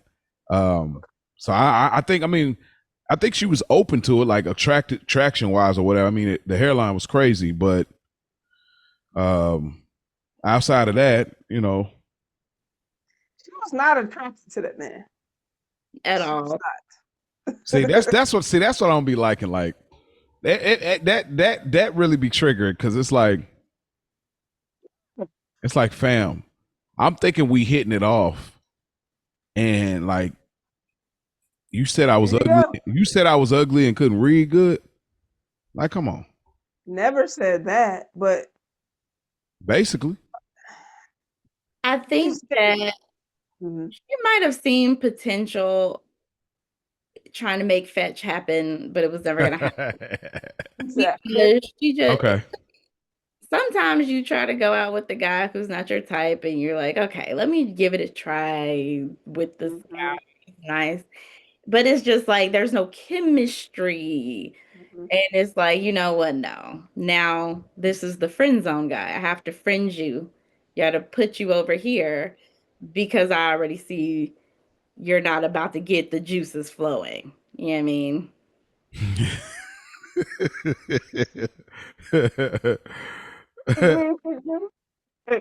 I'm like, what time would I want to do? If he was like a nerdier kind of guy, I'm gonna try. We had so much in common. Like we had a lot in common, like battle rap, all that. Like we was in it, but it just the attraction. I couldn't. And it's like you think like, dang, you have so much in common. Like we could talk for hours, but again, I just can't get there. It wouldn't cross over. Y'all go back to our episode. I told y'all looks matter. y'all kicked me out of the room for saying that, but it's the It's truth. not like he was like ugly. It's just I wasn't attracted to him Yeah, romantically. You know what I'm yeah, saying? yeah. That matters. I got to wake Yeah. up and look at you. I got to But feel. no, because I you got to making it feel good sound like about my decision that I made the yeah, night prior. no. And it's not even about looks necessarily. Right, It's the right. vibe because Yeah. It's sometimes because Mia. Come on. I'm being dead. I am being dead serious. Just like Ash just said, I've been here, done this, Okay. and I have had a situation where the guy who I wouldn't typically go for now don't get me wrong, because I like nerds. But that's just me. But go for the guy, and you don't necessarily like have that initial physical attraction. But once y'all start to vibing, you get a little Mhm. peek They look a inside. little different. It's like, oh, wait a minute, hold on. I see it. It's giving. Well, we can know, but it just I didn't care about his clothes or nothing. Like he was just throwing whatever on. That's the He was a thing. bust. He was a buster. If the vibe isn't like sometimes the vibe isn't romantic. If the vibe is romantic, Hmm. you catch it. It doesn't really necessarily matter what they look like as long as they not just, just ashy all around. But if the confidence isn't there and if I'm getting more of a friendship vibe, sometimes it just So doesn't. what if Gerard was he, like he came with the right approach. I think You rocking? I You think he saying could us? have I mean, yeah, you said like you said, hey, it ain't so much about the looks, but like Oh it's the no, vibe. no, But let's I'm say not he's a right. nerd, but he's still like he's smooth and suave. Not basing off this movie, obviously, but like he's smooth and suave, and he finds a way to like y'all connecting. Based off of David Allen Greer No, being not yeah, David Allen Greer, but not based off his character. But let's say a character like Gerard, but not what he did here. But oh like let's say he was cool, he was aware of like similar interests and all that. possibly be convinced. It depends on how he carrying that, the like me Okay. said, how he carrying it, like the energy. He should have just did the baldy early. Like he did it much later in his career, and it works really well for him. He should just did a The baldy early. facial hair too. The That's what I'm saying. He facial. should have did the baldy so much earlier. That's hey, that's a sidebar. But like he should have like yeah. I just Uh don't think he was getting a lineup. Like if he was going to get lineups, he probably been cool. He seemed like he was just doing his own natural thing. You know what I mean? Where he just doing yeah, what he because doing. every time I see him and I see that, I'm like, bro, please cut this off. Like we reviewed Tales from the Hood, and it was the same thing. I'm like, bro, please cut it off. The hairlines in the 90s were not all. I know it wasn't a thing like that until like the late '90s, going into 2000s. But like, my goodness, Eddie got a nice lineup. You know what I mean? Martin got a nice lineup. What's up? That's the thing. Like Gerard just didn't ever do it. He just didn't ever do it. Now Tyler, I probably would have gave Tyler a little play because I like funny guys. Okay, Funny guys do it for me. all right. Look like watch now. The funny guys gonna be writing in. I'll be writing in like Shout out to the funny Hey, they guys. gonna be like, what was that? What was that email again? Let me go back. Let me skim back all the way to the top of the episode. Hey, I'm not gonna tell y'all my business. But anyway, tell me, so, tell me. I'm telling you, somebody gonna write in and I'll be like, all right, I can't read this on loud. I'm gonna have to let my co-host know what's up. I like a little laugh, Oh, humor is mandatory. But back to the mad. So who are we talking about? Were we talking about Marcus and Jacqueline? Angela, We should Angela and probably Gerard. What was talking come back around to Gerard. Marcus and Jacqueline. Yeah. So yeah, we kind of talked Gerard and Angela. So we see that didn't pan out. The Thanksgiving, I guess we can kind of wrap up that kind of storyline or whatever. Before we, get kind of further into going into like Marcus and Jacqueline. What was this about, bro? Like no clearly, idea. like why were your parents like this scene? It works. Shout out to the Big Cousins for the scene stiller, John Witherspoon, but it just this scene doesn't make sense to me. I'm sorry. Again, not a later section. It just don't make sense to me. Can you ask why is his parents the only parents that are there? Not Marcus' parents. Why isn't Tyler there? Why is she there? but they're just friends. The whole thing is off. Like it doesn't make sense to me. Like why it's in here. It's a good moment. It's a funny moment. We get to, obviously a quotable moment, coordinate all that. But like, it doesn't really make sense to me. Like, I never understood. Every time I get to this scene, I don't understand it. Other than obviously the post Thanksgiving part of it.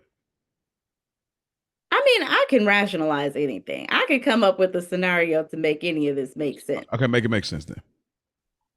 I mean, they're all working for this big company in New York. There was just an acquisition. You can say that maybe Angela couldn't get home for the holidays. Maybe Tyler did get home for the holidays. Maybe his parents live in town and he went to his family for Thanksgiving while, Marcus's parents may not we never hear him necessarily talk about his parents. Maybe they're alive, maybe they're not.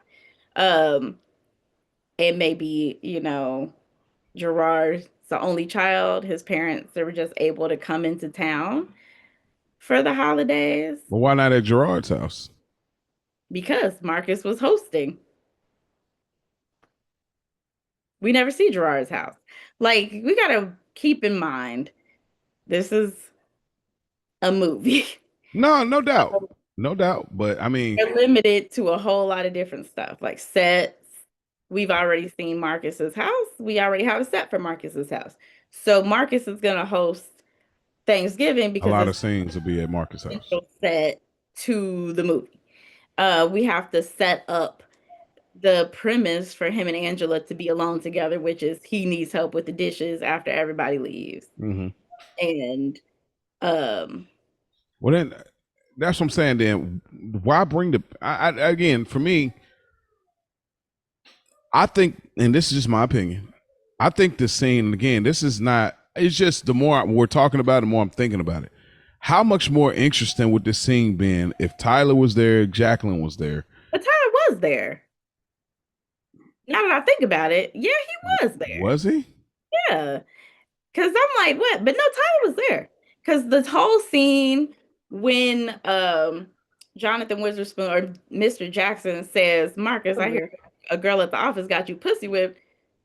Tyler actually spits out his drink or like kind of chokes on it. And he's like trying to make Marcus feel better. Like it's okay, dude. Like while he's saying that. So Tyler was there.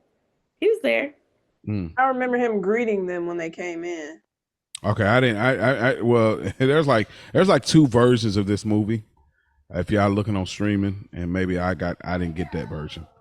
Like now that I think about it, yeah, he. But for me, again, okay. So if Tyler's there, how much more interesting would it have been if you take the parents out, you bring Jacqueline, and you introduce this whole full dynamic between Marcus and his friends, them two. I don't know. I like them in there. I like because they're both legendary actors, both John Witherspoon and I don't have the other BB Drake. BB Drake. Both of them legendary actors. Rest in peace, both of them. But I don't know. It could have been a more interesting scene for me. It just felt like, okay, we're gonna get this comic relief, which is a rom-com. This is just preference. It's not makes the movie. It don't take nothing away from the score. This is arguably top 10 for me. So it don't hurt the score, but I got to be objective and like speaking about the film preference wise and giving a different view on it. So I think it could have been interesting if Jacqueline was there for Thanksgiving, and who knows what the dynamic could have been amongst them all. Gerard picking up these subtle things that maybe Marcus is giving eyes, and Jacqueline's picking up certain things. I think it could have been an interesting. I think if this was remade, that probably would have been approached, but I wasn't mad at it. I mean, very quotable moment, very funny moment. Obviously with the parents and everything. So it's just a preference thing. But yeah, so we're still in the Marcus. Wait, we're still not at the Marcus and Angela.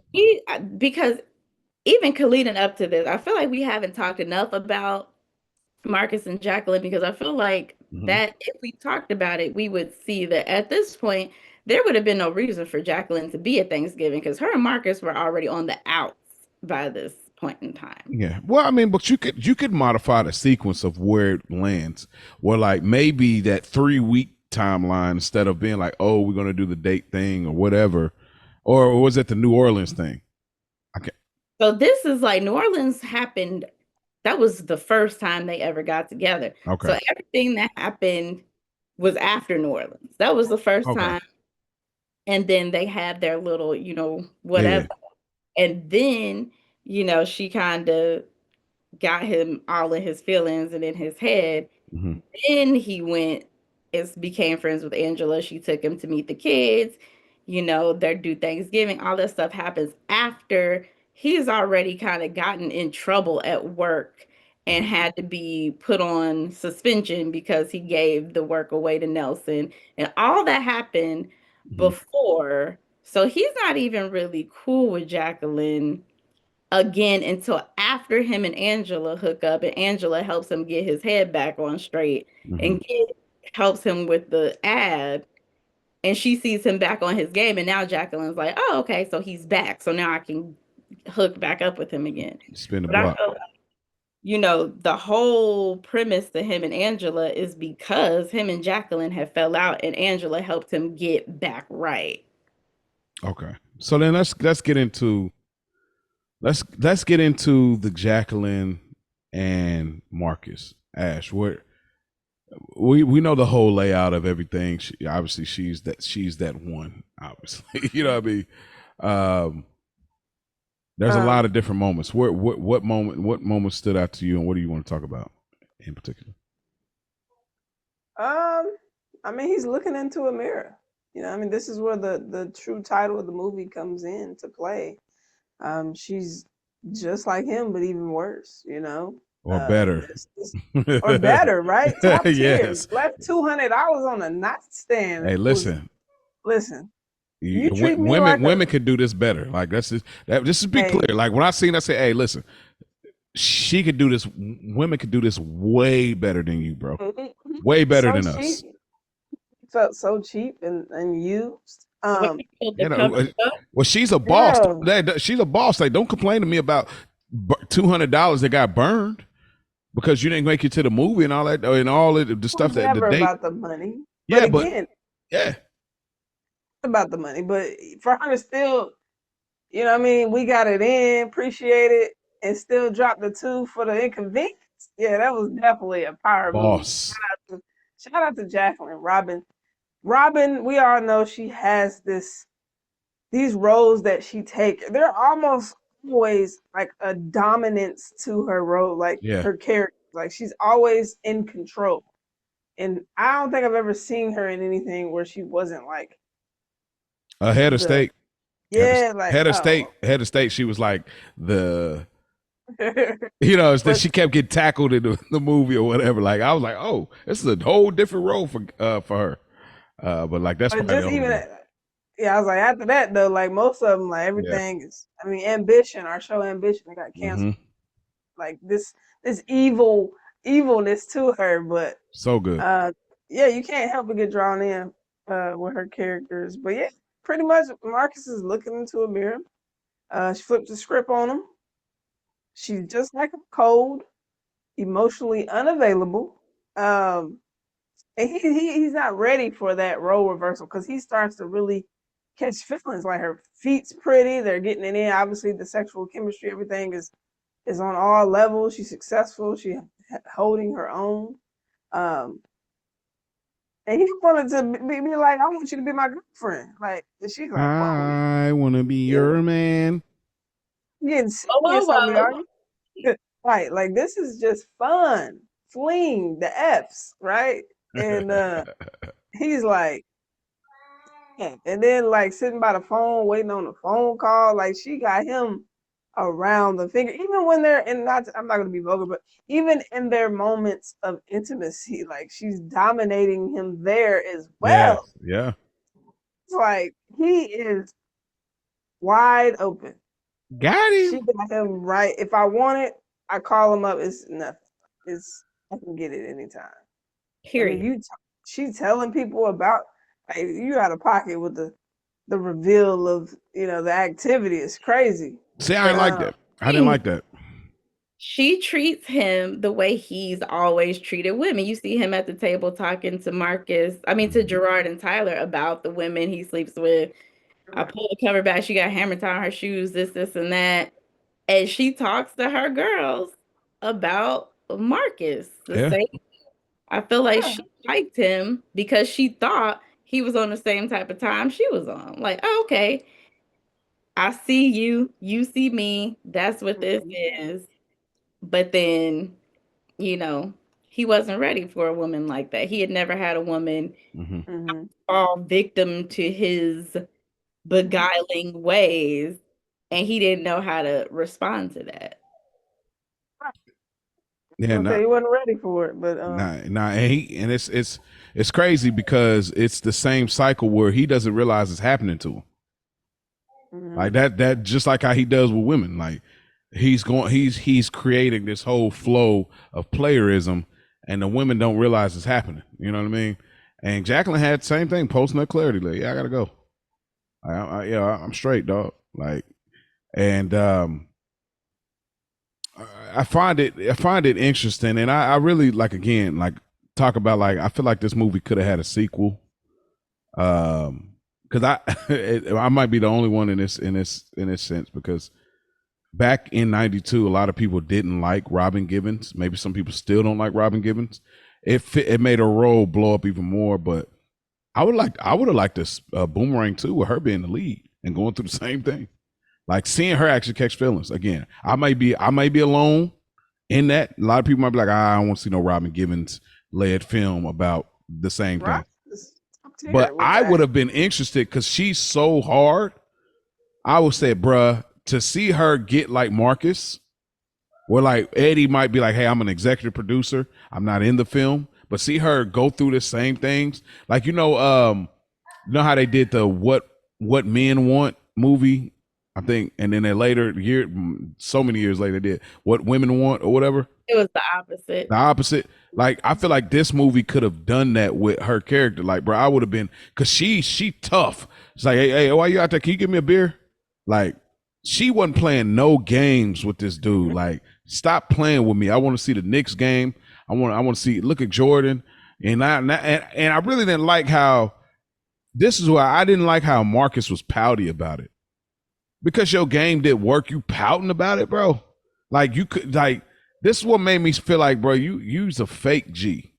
Like, that's how I felt. I mean, I know he wasn't, but that's how I felt, because I'm like, you're so pouty about it. I put Rosemary in the, like, bruh, like, It's foreign to him. it is, but it's like you're pouty about, like, you got to realize, it's like, oh, like, it makes me think, oh, you've never got a woman where you had to really be challenged.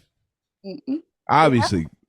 Okay, so that's what it is. But I was just like, bro, you so pouty about it. I really didn't. I was like, bro, get yourself It's a, together. it's a Because bruise to the ego. it is. Because when she pulls up and she's late and he's calling everywhere and doing all the thing, she finally pulls up and he backs down on his stance. Where she was like, okay, maybe I should go. He's like, oh, wait. I said, bro, he should have let her go, because he watch the momentum shift from you to me. Like, he lost the momentum when he could have had it. And I'm sitting there like, no, bro, let her go. Then we pull up at work. And what I mean? I'm sitting there talking to the TV. I'm like, bro, if you let her go, she gonna have more respect for you. And it's the ball is in your court. But obviously, you're doing that thing again. You men are. You come over with the trench coat. You already know what's happening. And that trend became a super trend after the fact. Get you a trench. But what do y'all think? So, I mean, because I'm just going to transition into, obviously the Angela part, and then we'll kind of talk a little bit about Strange on the way out. But so after that, obviously she ends up telling, the workplace, oh, like, you got a great butt, and he does this and does that in the bedroom, and then obviously Strange approaches him in that way, and Angela is familiar with it, and the whole workplace is like that. What do y'all think about the whole workplace just being aware of this skinny T or skinny whatever his name was, Chris Rock's character, um, Boney T. Boney T? Like, what do y'all think about this? Because I really don't like this. Like, I'm like, is this what a black professional workplace looks like? I feel like, first of all, this is the 90s, 92 So specifically. it's really out the 80s for So real. sexual harassment in the workplace wasn't necessarily a thing the way that it is today. Um, there wasn't the same like standards as far as like intra-office relationships, power dynamics, what have you. And again, like I said in the beginning, most of the people in the office are women. Marcus Mm-hmm. is used to having the upper hand with women. He's used to being the man. So when a woman comes in, shifts the power dynamic, and now he's at the bottom of this power dynamic. She's a girl. She's talking Mm-hmm. to the girls in the office. And now he just has to deal with, you know, the consequences of his actions. Yeah. It's like, okay, now you're not the man anymore. Now everybody sees you're off your game a little bit. Everybody kind of knows why. They see you around here sniffing after Jacqueline, but they see Jack. Now you've become the water cooler conversation for the women in the office, which there are more of them, apparently. Mm-hmm.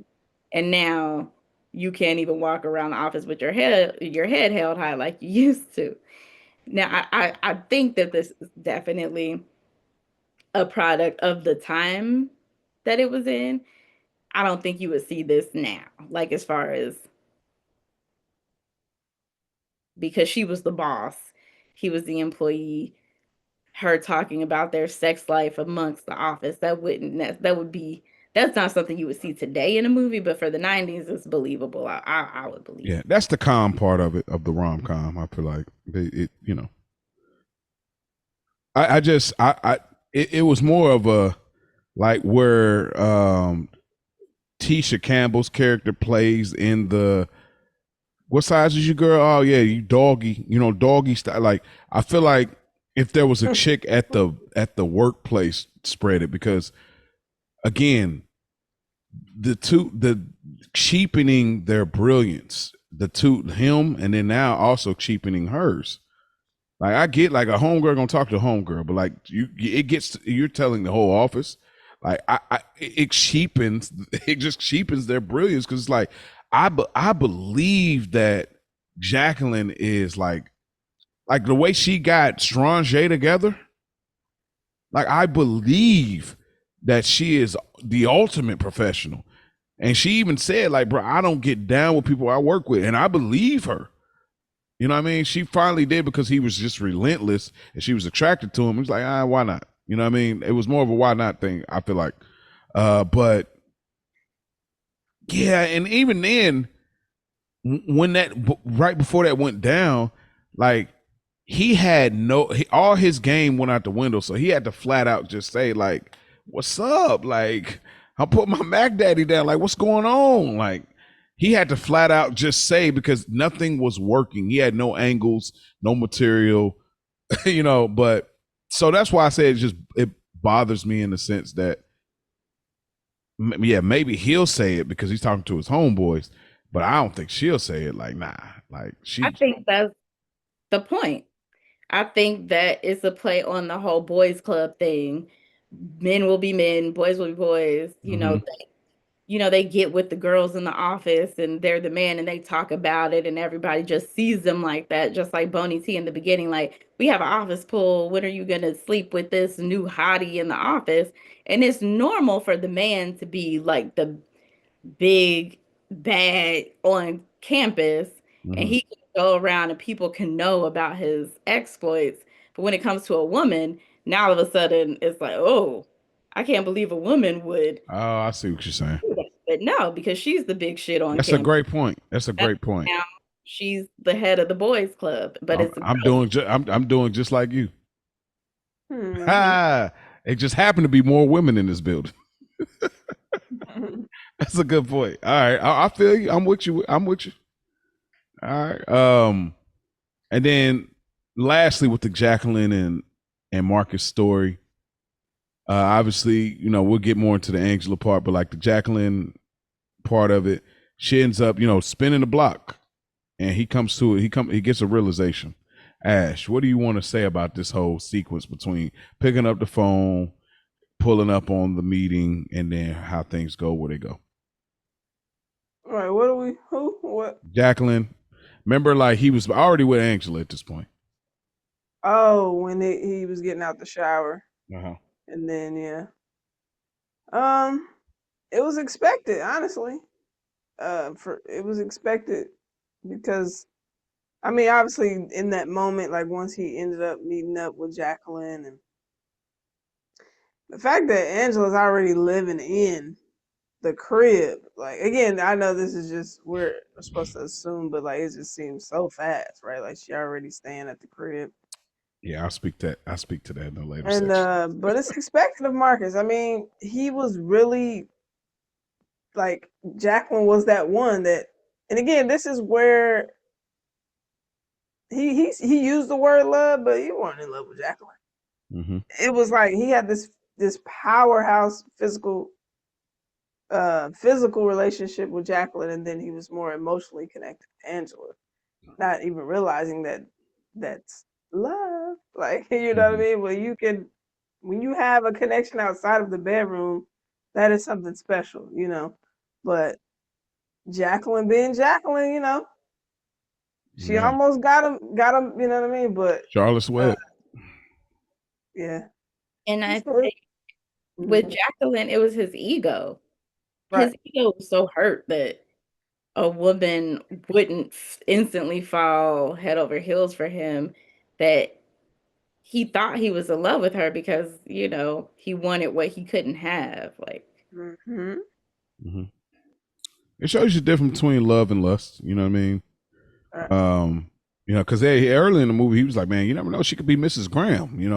Because he just believed that. But as time goes on, he realizes obviously that's not the case. And I will say, what tracks, and again, I don't say that it wouldn't track if it didn't connect with my life, so to speak, because it tracked regardless. But like, what does track is, I do think, and I don't know if this is a man thing or everybody thing, but sometimes you do get in, like, this is a crazy situation to like get intimate or almost intimate or whatever to come to the realization. But I will say that there are versions of this for different men where you have these interesting situations that come up for you to get clarity to realize, like, okay. Unfortunately. So yeah.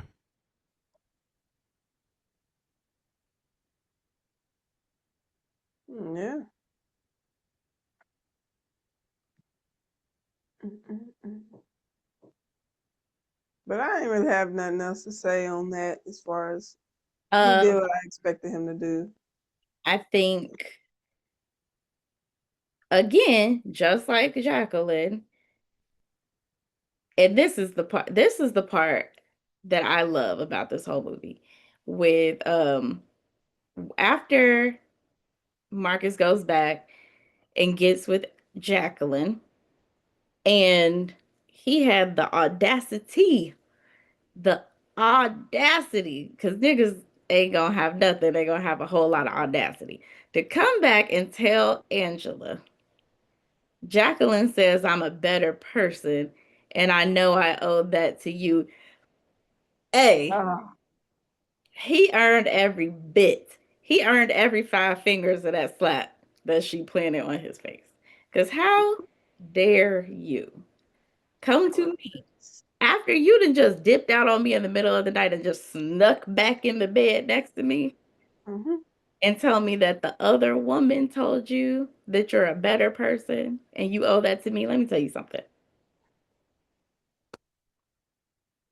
Let me tell you something. Let me too. Place you could go. It is real hot. It's Yeah. real hot. And I want you to go there. I want you to go there quick. Immediately. Yeah, I'm like, yo. And so we are to assume, because I don't like they slept together, Yeah, right? he went and he slept Okay, with Jacqueline that first time. right. He came and snuck back in the bed with Angela. Mhm. And it didn't take long. You know what I mean? Again, he just. Once But Angela, but here's my thing, like, and I again, like, listen to the big cousins. Like, this is where I'll insert my different perspective. Like, Marcus is out of pocket by far. Like, just picking up the phone saying, "Oh, she just came over to visit." Like, y'all living together, and just on some like, she got a pic. She painted your back and butt on one of these pictures, bro. Like, but. And it's crazy work to even pull me out the shower to see your painting. Like, knock it off. Like, get out of here. I'm not getting out no shower to see your painting. You can wait. Let me finish up. But like, like obviously she knew this was she's putting it to the test to see where he's really stood. But my thing is, you knew who Marcus Graham was though. Like, because every time y'all talked prior to this point, you were like, "Oh, well, Jacqueline. Well, yeah, Jacqueline. If I was a man too, I would have." So then when it's come, it's like, "Oh, well, this, and that." But it's like, you want this man to be reformed out of nowhere. Like, and again, we don't get a timeline of how long they dated, but in my mind, y'all been dating maybe about 3-4 weeks. That's the way I I thought about it. Like, so you see, Marcus goes back to Jacqueline, and you know the type of woman Jacqueline is, and you said like, "Oh, all these men, this and this and that." I mean, I don't know. He was Yeah, wrong. but He was out of pocket, and I'm glad that she left his ass. Let's be clear. Like, she did the right steps, but it is also on the other hand, it's like you knew who Marcus was. But that's a cop out though too. Like for you not to change and become better. You know what I mean? Like, especially if What gave us the indication that Marcus was going to change though? I mean, he's fallen in love and she's living with him. Like, you would think like we're starting to get closer to some type of commitment, but so not like an immediate change. Obviously, he's been this way for a long time, but it's like, damn, I'm living in your crib and you literally go and smash Jacqueline and then come back and sneak into bed with me, like, Crazy work. and what you thought I was gonna do? exactly, and that's the thing. I feel like the way he was acting, the way he was treating her, it was reasonable for her to assume that they were working towards some sort of commitment. Like, Mhm. especially after the fact, he's like, I love you. And she's like, you don't know anything about love. And it's because, when your feelings are involved, especially because, like we said before, he had never really had a friend who was a woman. They built a friendship first. So she probably felt like, damn, you gonna do me like that? Like, I see how you do these other girls, but I can't believe you did me like that. We supposed to be But maybe he I was looked your at girl first. but maybe he looked at her like how she had said in the scene when they were talking about Captain Kirk and being the Trekkie, where she said, "Oh, friends kiss." I mean, That I'm was saying old I'm school. saying how Marcus could have looked at it. No, Mo, that is a cop out. That was the first time they kissed But because here's my thing that bothers me. after time goes on and I've moved in your house and now we talking about I love you, we sleeping together. We know we're grown. There is no. We know what's going But on. here's what bothers me is like, and this is just a thing that I noticed. I'm not gonna put it on all, but some particularly. For me, it's something as simple as just ask the question. Just say the thing. You want to wait to see what it is. Like, because it's just check him at the gate. Like, are you what do you have in mind, bro? Are you gonna sleep with her?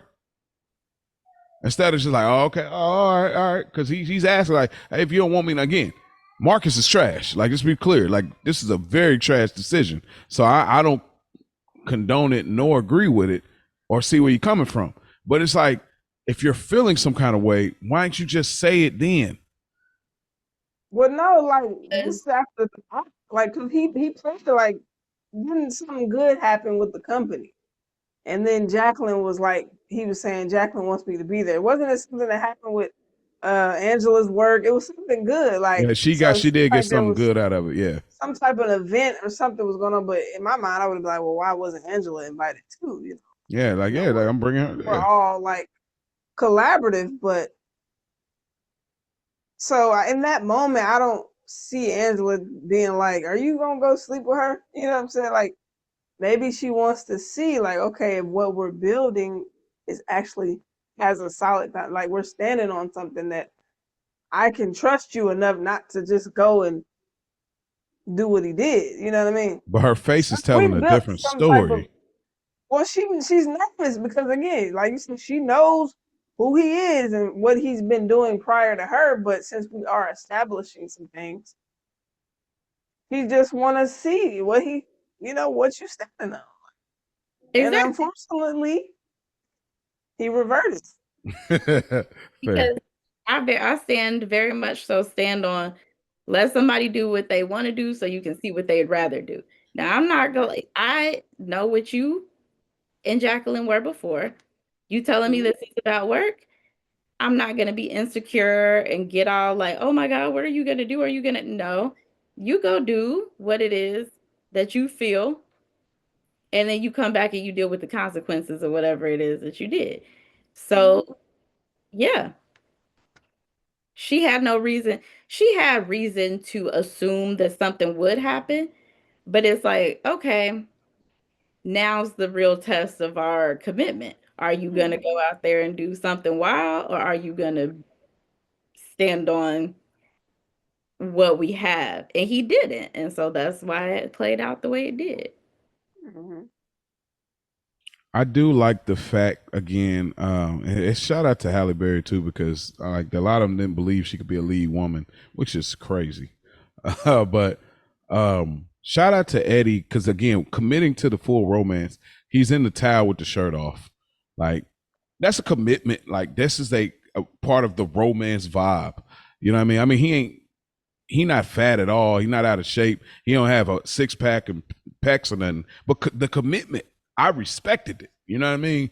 Because he could have felt uncomfortable coming from a comedic background in some of his films. And I was like, yo, shout out to him for like committing to that. Because you remember in Bad Boys One, Will didn't want to, have his shirt off in the running scene, and so they ended up compromising and saying, okay, we'll have your shirt open when you're doing the running scene. And so it's like it's a real thing. So shout out to Eddie for committing to I'm going to put a towel on. Maybe he has some drawers on or maybe he has shorts on under there, but committing to like the shirt off to really sell the romantic vibe. I thought that was just like a little subtle thing that I thought was really good. Like I believe he's Marcus right now. And yeah, I really like that. Um I say we go to Strange and then we can kind of tie it up at the last scene between Angela and Marcus. So anything I want to say about Strange? There's like three strong scenes from her. Uh, I don't have much other than like the dinner scene, was completely out of pocket. Like you're literally like when you gonna spread give me some? eagle. Your I spread eagle at Ruth Chris like is insane. Like you really out here. Mm-hmm. Hey, Marcus grabbed a napkin. Like, what are we doing here, yo? Can you cover? Like she she was just out of pocket. It's funny, but that's all I got to say. an iconic character. Absolutely. Is Grace Jones is just that girl. Like Mm-hmm. gorgeous, beautiful, statuesque supermodel, but she's funny. And I think that seeing her play this, like, she's hilarious, but in the most, like, she's never trying to be funny. She's just a wild girl. Mm-hmm. And it just comes off as like, what? Like, just the most unhinged person. From the very start, you know that she's gonna be crazy. Like the perfume, um, see where she takes her panties off and rubs them against that Oh kid's my face. gosh. Like and then she's just like, woo. And it's just like she just has no gauge for like social interaction.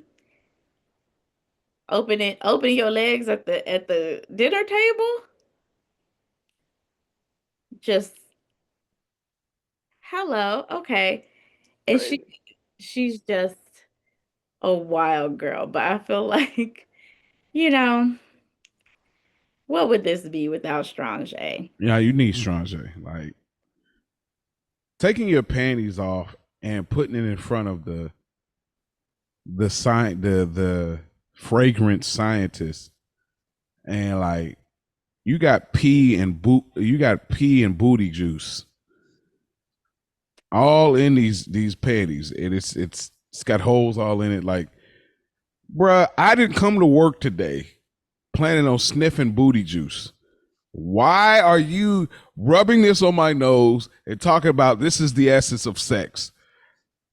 Bro, there's so many other ways you could have explained that. Like she took them off. You in New York, you fresh off the train, fresh off the car ride. Like I don't know what kind of moisture's been happening, but rubbing that across my nose as a professional fragrance scientist, bro, what the freak, bro? I would have been pissed just like him, bro. Like, I don't care who you think you is and how popular and how much clout you got. Don't rub your juices across my nose without consent. He was the original Me Too. Nah, nah, nah, but But I want my perfume to smell like the essence. like. Okay. Hey, shout out to Erica Badu. This Okay. crazy. Hey, and then shout out Tiana Taylor because she's really inspired by Strange, from my understanding, and some of the things that she's done in her career. And then also she's even used obviously the dinner scene in one of her recent albums as well. So, I can see that. Yeah, that's crazy though. Calling men out who are gay and then also just flat out getting to it. So when you gonna give me some? Like just feeling obligated. And then again, that's what I talk about throughout this review, cheapening your brilliance, cheapening your brand, like by just people feel like you just sleep with them to get over. So and then an interesting thing, I said this is why they rate the movie so low on IMDb. When Strange's introduction comes, she gets it, she's riding on the carriage, and who are the men that are pulling her? It's 4 white men. I said, oh, aha, another Eddie Murphy correlation. That's why I don't like it. So nah, that's a little joke. But yeah, so Strange, great character, enjoyed her a lot. Jacqueline had to get her together or not. And then so we get to our last scene of this movie as we get ready to conclude, where pretty much he figures out that he really is in love with her, but she's all the way corporate. Her painting becomes the design of her. I didn't catch quite what the design was for. Was it a new fragrance? Was it Fragrance for a different company though. okay, different company? She got corporate, and obviously he uses the kids. I guess he takes over the classes, uses the kids to basically approach her to be able to get an opening, and they have this real intimate conversation to like kind of rekindle their flame, and that's kind of where the movie ends. What did y'all think about that scene as a conclusion? Well, if you ask me, he ain't do nearly enough begging and pleading for me. He would have had to do a little bit more than that to woo me back, you know. You have shown up empty-handed. I don't see anything in your hand. Where are the flowers? The coffee, the iced Why are coffee. you not groveling? However, for the sake of the movie, I am glad that they ended up together because I do feel like they had a solid friendship foundation, and I do think that he was genuine in his apology. I think he really felt the loss of her presence in his life, and reflected and saw like, oh damn, I really fucked up, and I want my woman back. And he did the best he could do. I guess he, using the kids, so having the kids vouch for him, and so they could basically, you know, give him an in. Love and relationships, what can you say? Mm-hmm. Yeah, I guess. Mm. I mean, everything Mia said was pretty much. He definitely. It wouldn't have been that easy though. Yeah, we need a little more time. And I don't know how much time we're supposed to assume has gone by since the breakup. So I guess if I knew that, then Yeah, maybe that I would can help. gauge a little better. If I felt like okay, uh, but I'm also a fan of like if Redemption. that woman forgives him and that's what she wants to do, you know, roll with it then. Yeah. Not me. I'm just saying her. Yeah. Basically, yeah. I mean, what I liked about the scene, I do feel like the movie could have ended differently, but what I did like about the scene was it felt really vulnerable. If you take away all of the ego and all of the thing, just a man and a woman loving each other, and not think about the debt or whatever. Like, he coming and she said, "Give me one reason why I should give you another chance," and like the fact that he didn't finesse it. He didn't lie. He didn't jargon it. He literally couldn't come up with a reason. I thought that was a really honest version of Marcus Graham.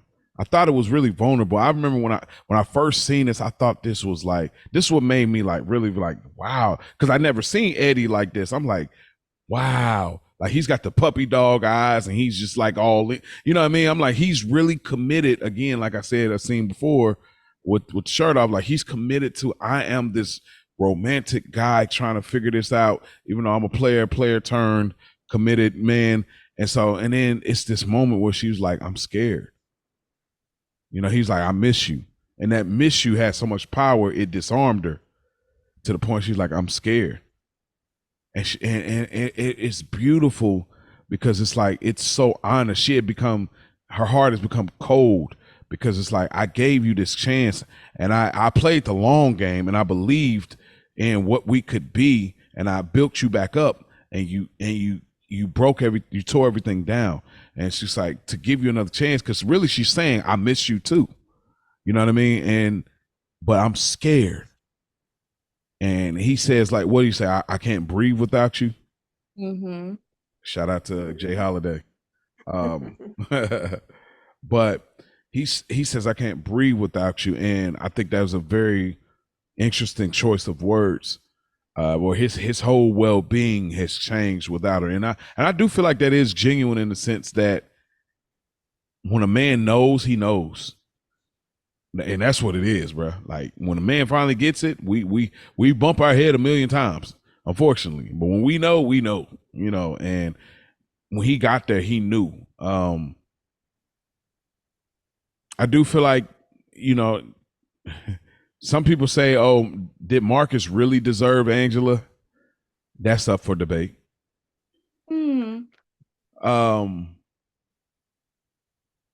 Yeah, I'm gonna leave it there. I'll save it for later section. Anything else y'all want to add to the movie before we get into our categories? Mm-mm. Okay, well, that is our episode. But before we get out of here, of course, we like to leave our we got some later parts of our section of the episode. So with that being said, character you relate to or identify with the most, Mia B. Jacqueline and Angela. How does that work? Depends on what version of me you get.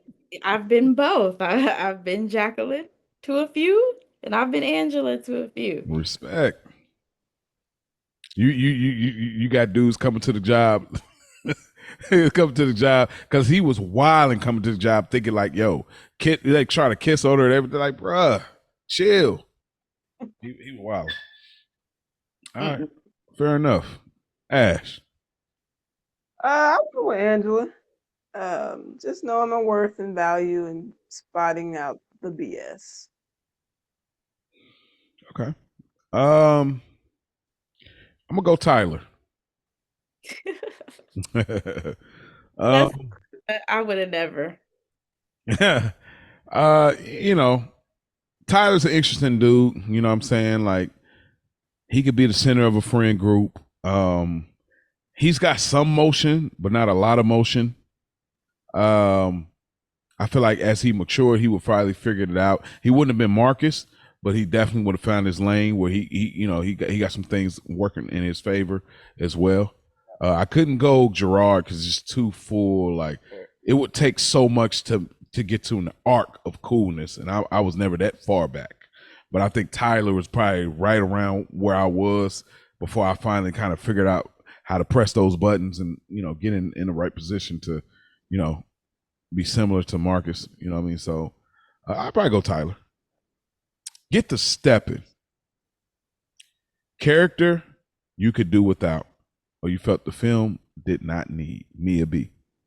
I didn't have anybody. I really combed through Mm-hmm. all the characters to try to think like who could I do without? And there really wasn't anybody. I feel like everybody, you know, added something to them. Okay, fair enough. Ash. I said Boney T. Mm-hmm. I don't think the movie's still the same without him. Yeah. Yeah. This was hard. I thought about Boney T. I thought about Tisha Campbell's character. Gotta have her. I thought about the white guy at the store. But overall, I'm still gonna.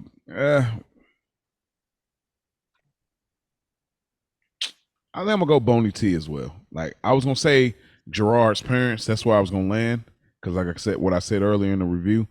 But just the fact that you got to coordinate, and then that translating to later rap verses, people using that, like it's like okay, that's already legendary. And then obviously, I don't get pussy whipped. I whip pussy like that. That was a thing in like Jamaica and Tony. I remember both of them using that phrase. Like they used to say that all the time. Oh, they overdid overkill. Rest in peace, Mike. So I'm gonna go with Boney T. Chris Rock. His even when he's in films, his style of humor, it's not funny on film. It's not funny in stand up. Sorry, No. I'm not a Chris Rock fan, and it doesn't work in this film. I know Eddie was doing him a solid, but like he was doing with Martin and everybody else, but I don't need it. Like That's funny because I actually do have one Boney T line in my lines, but okay, I like to know what you got in there. Speaking of lines, well then, if you want to go first, lines that deserve to be slimed. okay, I tried really hard not to write all the ones because I know like I didn't want to step on anybody's toes because there's so many. Oh, okay. So I have a few though. But I'm a go through because I don't want to. Do you want us to go first? So you Yeah, you go first because I don't want to. I don't okay? want Okay, I don't have that many. So to. Okay. take it, fool. At good earned money or whatever. When the dog couple, you shouldn't have to blow your own horn. I was from Lady Eloise. Hey, I respect it. Hey, that's a woman with integrity. Listen. uh, I'm rapping this. It's my Mac Daddy vibe. I'm giving you. I mean, what's up? You're not getting serious on me. And lastly, no, that's it. I guess that's it. That's my last one. Yeah, that's all I got. Ash. This is from Marcus. I dug it. You just got a little nasty, like you always do. Mm-hmm. From Tyler, asparagus spares. If we were white, it would have been asparagus tips. Another one from Marcus. I did not dump you. We went out. It was whack. It was your fault. He's talking to Tisha. No Uh, accountability. Yvonne, but damn about no court order. Marcus, just because somebody took off their drawers don't mean I did anything. That was so Um, good. That was so good. and then Jacqueline, when I seduce you, or if I decide to seduce you, don't worry, you'll know. And two more, quite a bit too. Yvonne, he's a hoe, a straight up hoe. And then, of course, lastly with Angela, love should have brought you home. Love should have brought your ass home. Love should have brought. Hey, y'all ever hear that song from Lucky Day? What? He did his own version of Love Should Have Brought Your Ass Home with Babyface. I feel like I have, but Don't worry. I only heard it like once. It's a fire song, and I'm sending it right now. Listen to this. If y'all listen to it tonight, listen to it tomorrow, please. And I'm going to hit y'all with the eyeballs in the text if you don't listen. On you, Mia. Okay. So I did have one of the ones that Ash had, but everything else y'all had your own. Okay, but we didn't even have a whole lot of this. We didn't even have the same. So I had gold star for Marcus. Dinner was yummy. It's beet juice, and that was Christy. Then I have Lady Eloise. Beet juice. It keeps the skin tight, and none of us are getting any younger.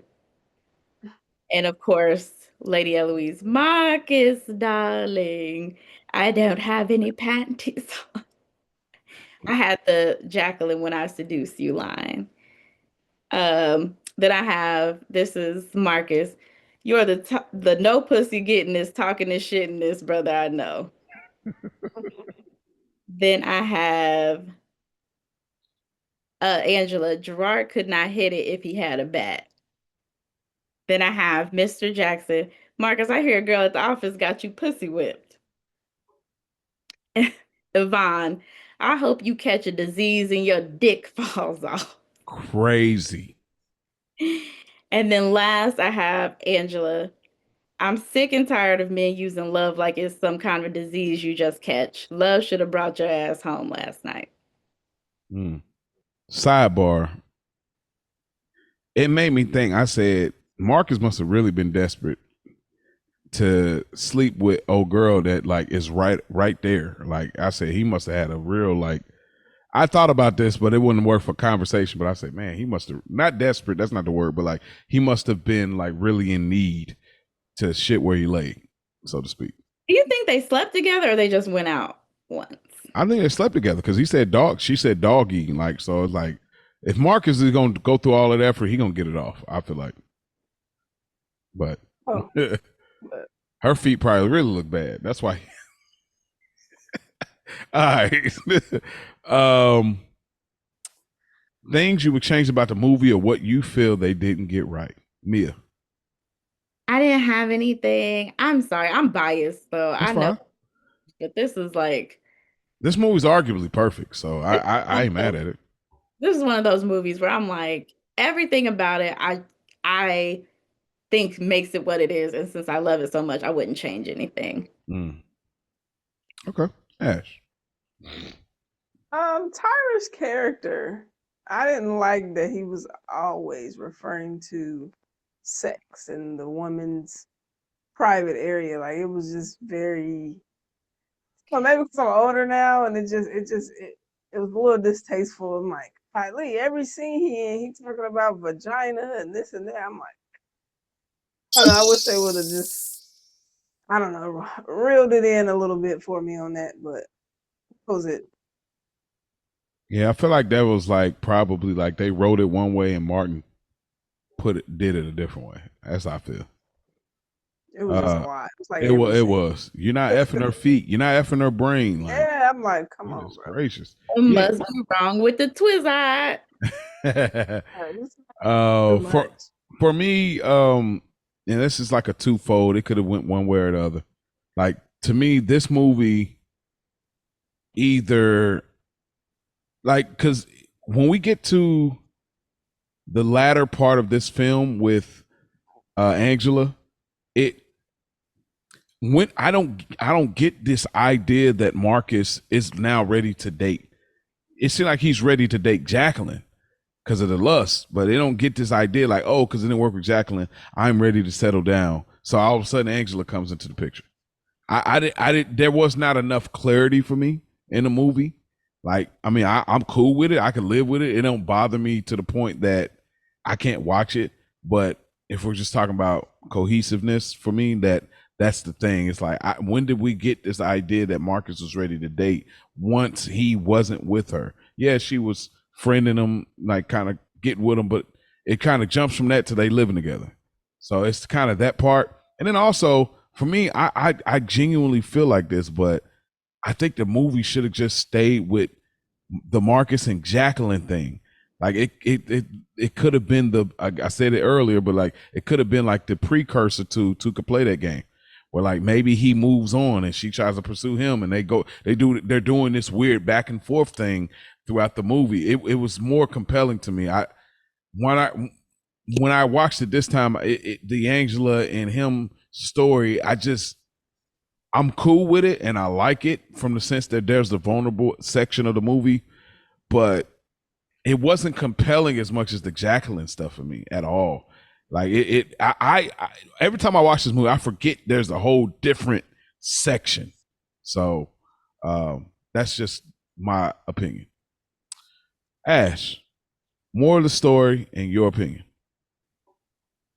You can go quite a few ways, but I said attraction is not the same as compatibility. Attraction is not the same as compatibility. Yeah. And it's kind of like what we were talking about earlier, you know, how me and Mia was saying, like, the exceptions to the rule and things like that. So. Got you. Fair enough. Makes sense. Mm. Attraction is not the same as compatibility. I like it. All right, Mia, what about you? I just said what goes around comes around like a boomerang. That's good. What goes around comes around like a boomerang.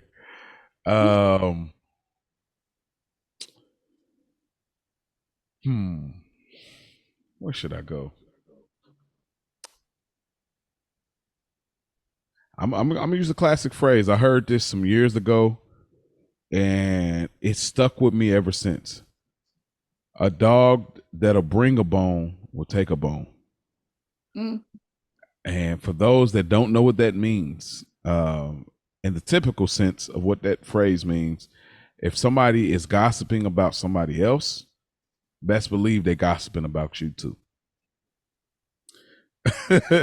So that's not the moral story. I'm not using that context. The context I'm using it is similar to what Mia said about the boomerang thing. It's like, okay, if you think that you're the one, you know, bringing the bone, so to speak, with other women, don't best believe there's going to be another woman that's going to eventually take a bone. You know, so same thing, different phrasing. And that is our episode. But with that being said, it is now on Ash's pick. We are in our Candy Crush month, keeping it nostalgic like we do in the 90s and 2000s. Y'all know how we do it. We do not discuss films prior. Yes, me and Ash are brother and sister, but we do not discuss the film. So I am just as surprised as Mia B is. So with that being said, Ash, the floor is yours. All right, you know, this is my month. Y'all know I'm a certified lover girl. I could go anywhere, you know. Sheesh. Let's just switch it up a little bit. So we're going back, what Ruben Studdard said, to 2004. I wanted to pick something a little different than I usually would. And with this artist and this actress that we grew up watching recently back on the scene, coming across all of my IG and all the socials, I said, why not talk about a movie of hers? So we will be reviewing The Cinderella Story with Hilary Duff. Oh, Oh, I did not remember this. yes, Chad Chad Michael Michael Murray. Murray. That's what it's called, Cinderella Story? Yeah. What made you pick this pick before we get out of here? She's on the scene. Like when I saw her pop up on IG, and I sent you a couple. I was just excited because we just love Hilary Duff We did. and Lizzie McGuire, all that, and it's I like that movie. She had a few movies that I like, but I want to switch it up. I want us to take it a different route. Yeah. We definitely, we got a few that we are, we the went from. Yeah, we try to rotate around. Like me and Mike pick what I something mean. outside of the culture. I pick something outside of the culture. Then you pick something outside. We kind of, do our due diligence. Stop the Yard, Disappearing Acts, Baby Kids, Bring It On. Boomerang. Well, we had Bring It On. I'm talking about, but the consistency. Yeah. From Stop the Yard. Oh, don't worry. If you didn't, I was gonna make sure we were gonna go left. So I promise you, I was like, if I knew, I said, wherever Ash go, if she go this way, I'm going that way. So you don't even know the movie. I already know my movie pick now. So, but no, that's wonderful. So I'm looking forward to it. We could have a good conversation about Hilary Duff, Chad, Michael Murray. Shout out to them. Thank y'all for tuning in, man. I know that y'all enjoy this podcast. Thank y'all, man. Again, leave an Apple review. Again, y'all can comment and do all the things, but leave an Apple review. Seriously, that is what grows this podcast tremendously. And the highest level of marketing is still word of mouth. So share this with people that you work with if you feel like they would like these film reviews, this nostalgic taste that we provide. Share it. Talk to your family about it. Talk to your friends about it. Talk to people at church. Talk to your homegirls, homeboys, whatever it is. Talk about this podcast. We are one of one, and there's not another podcast like us. So with that being said, thank y'all for tuning in. Peace out.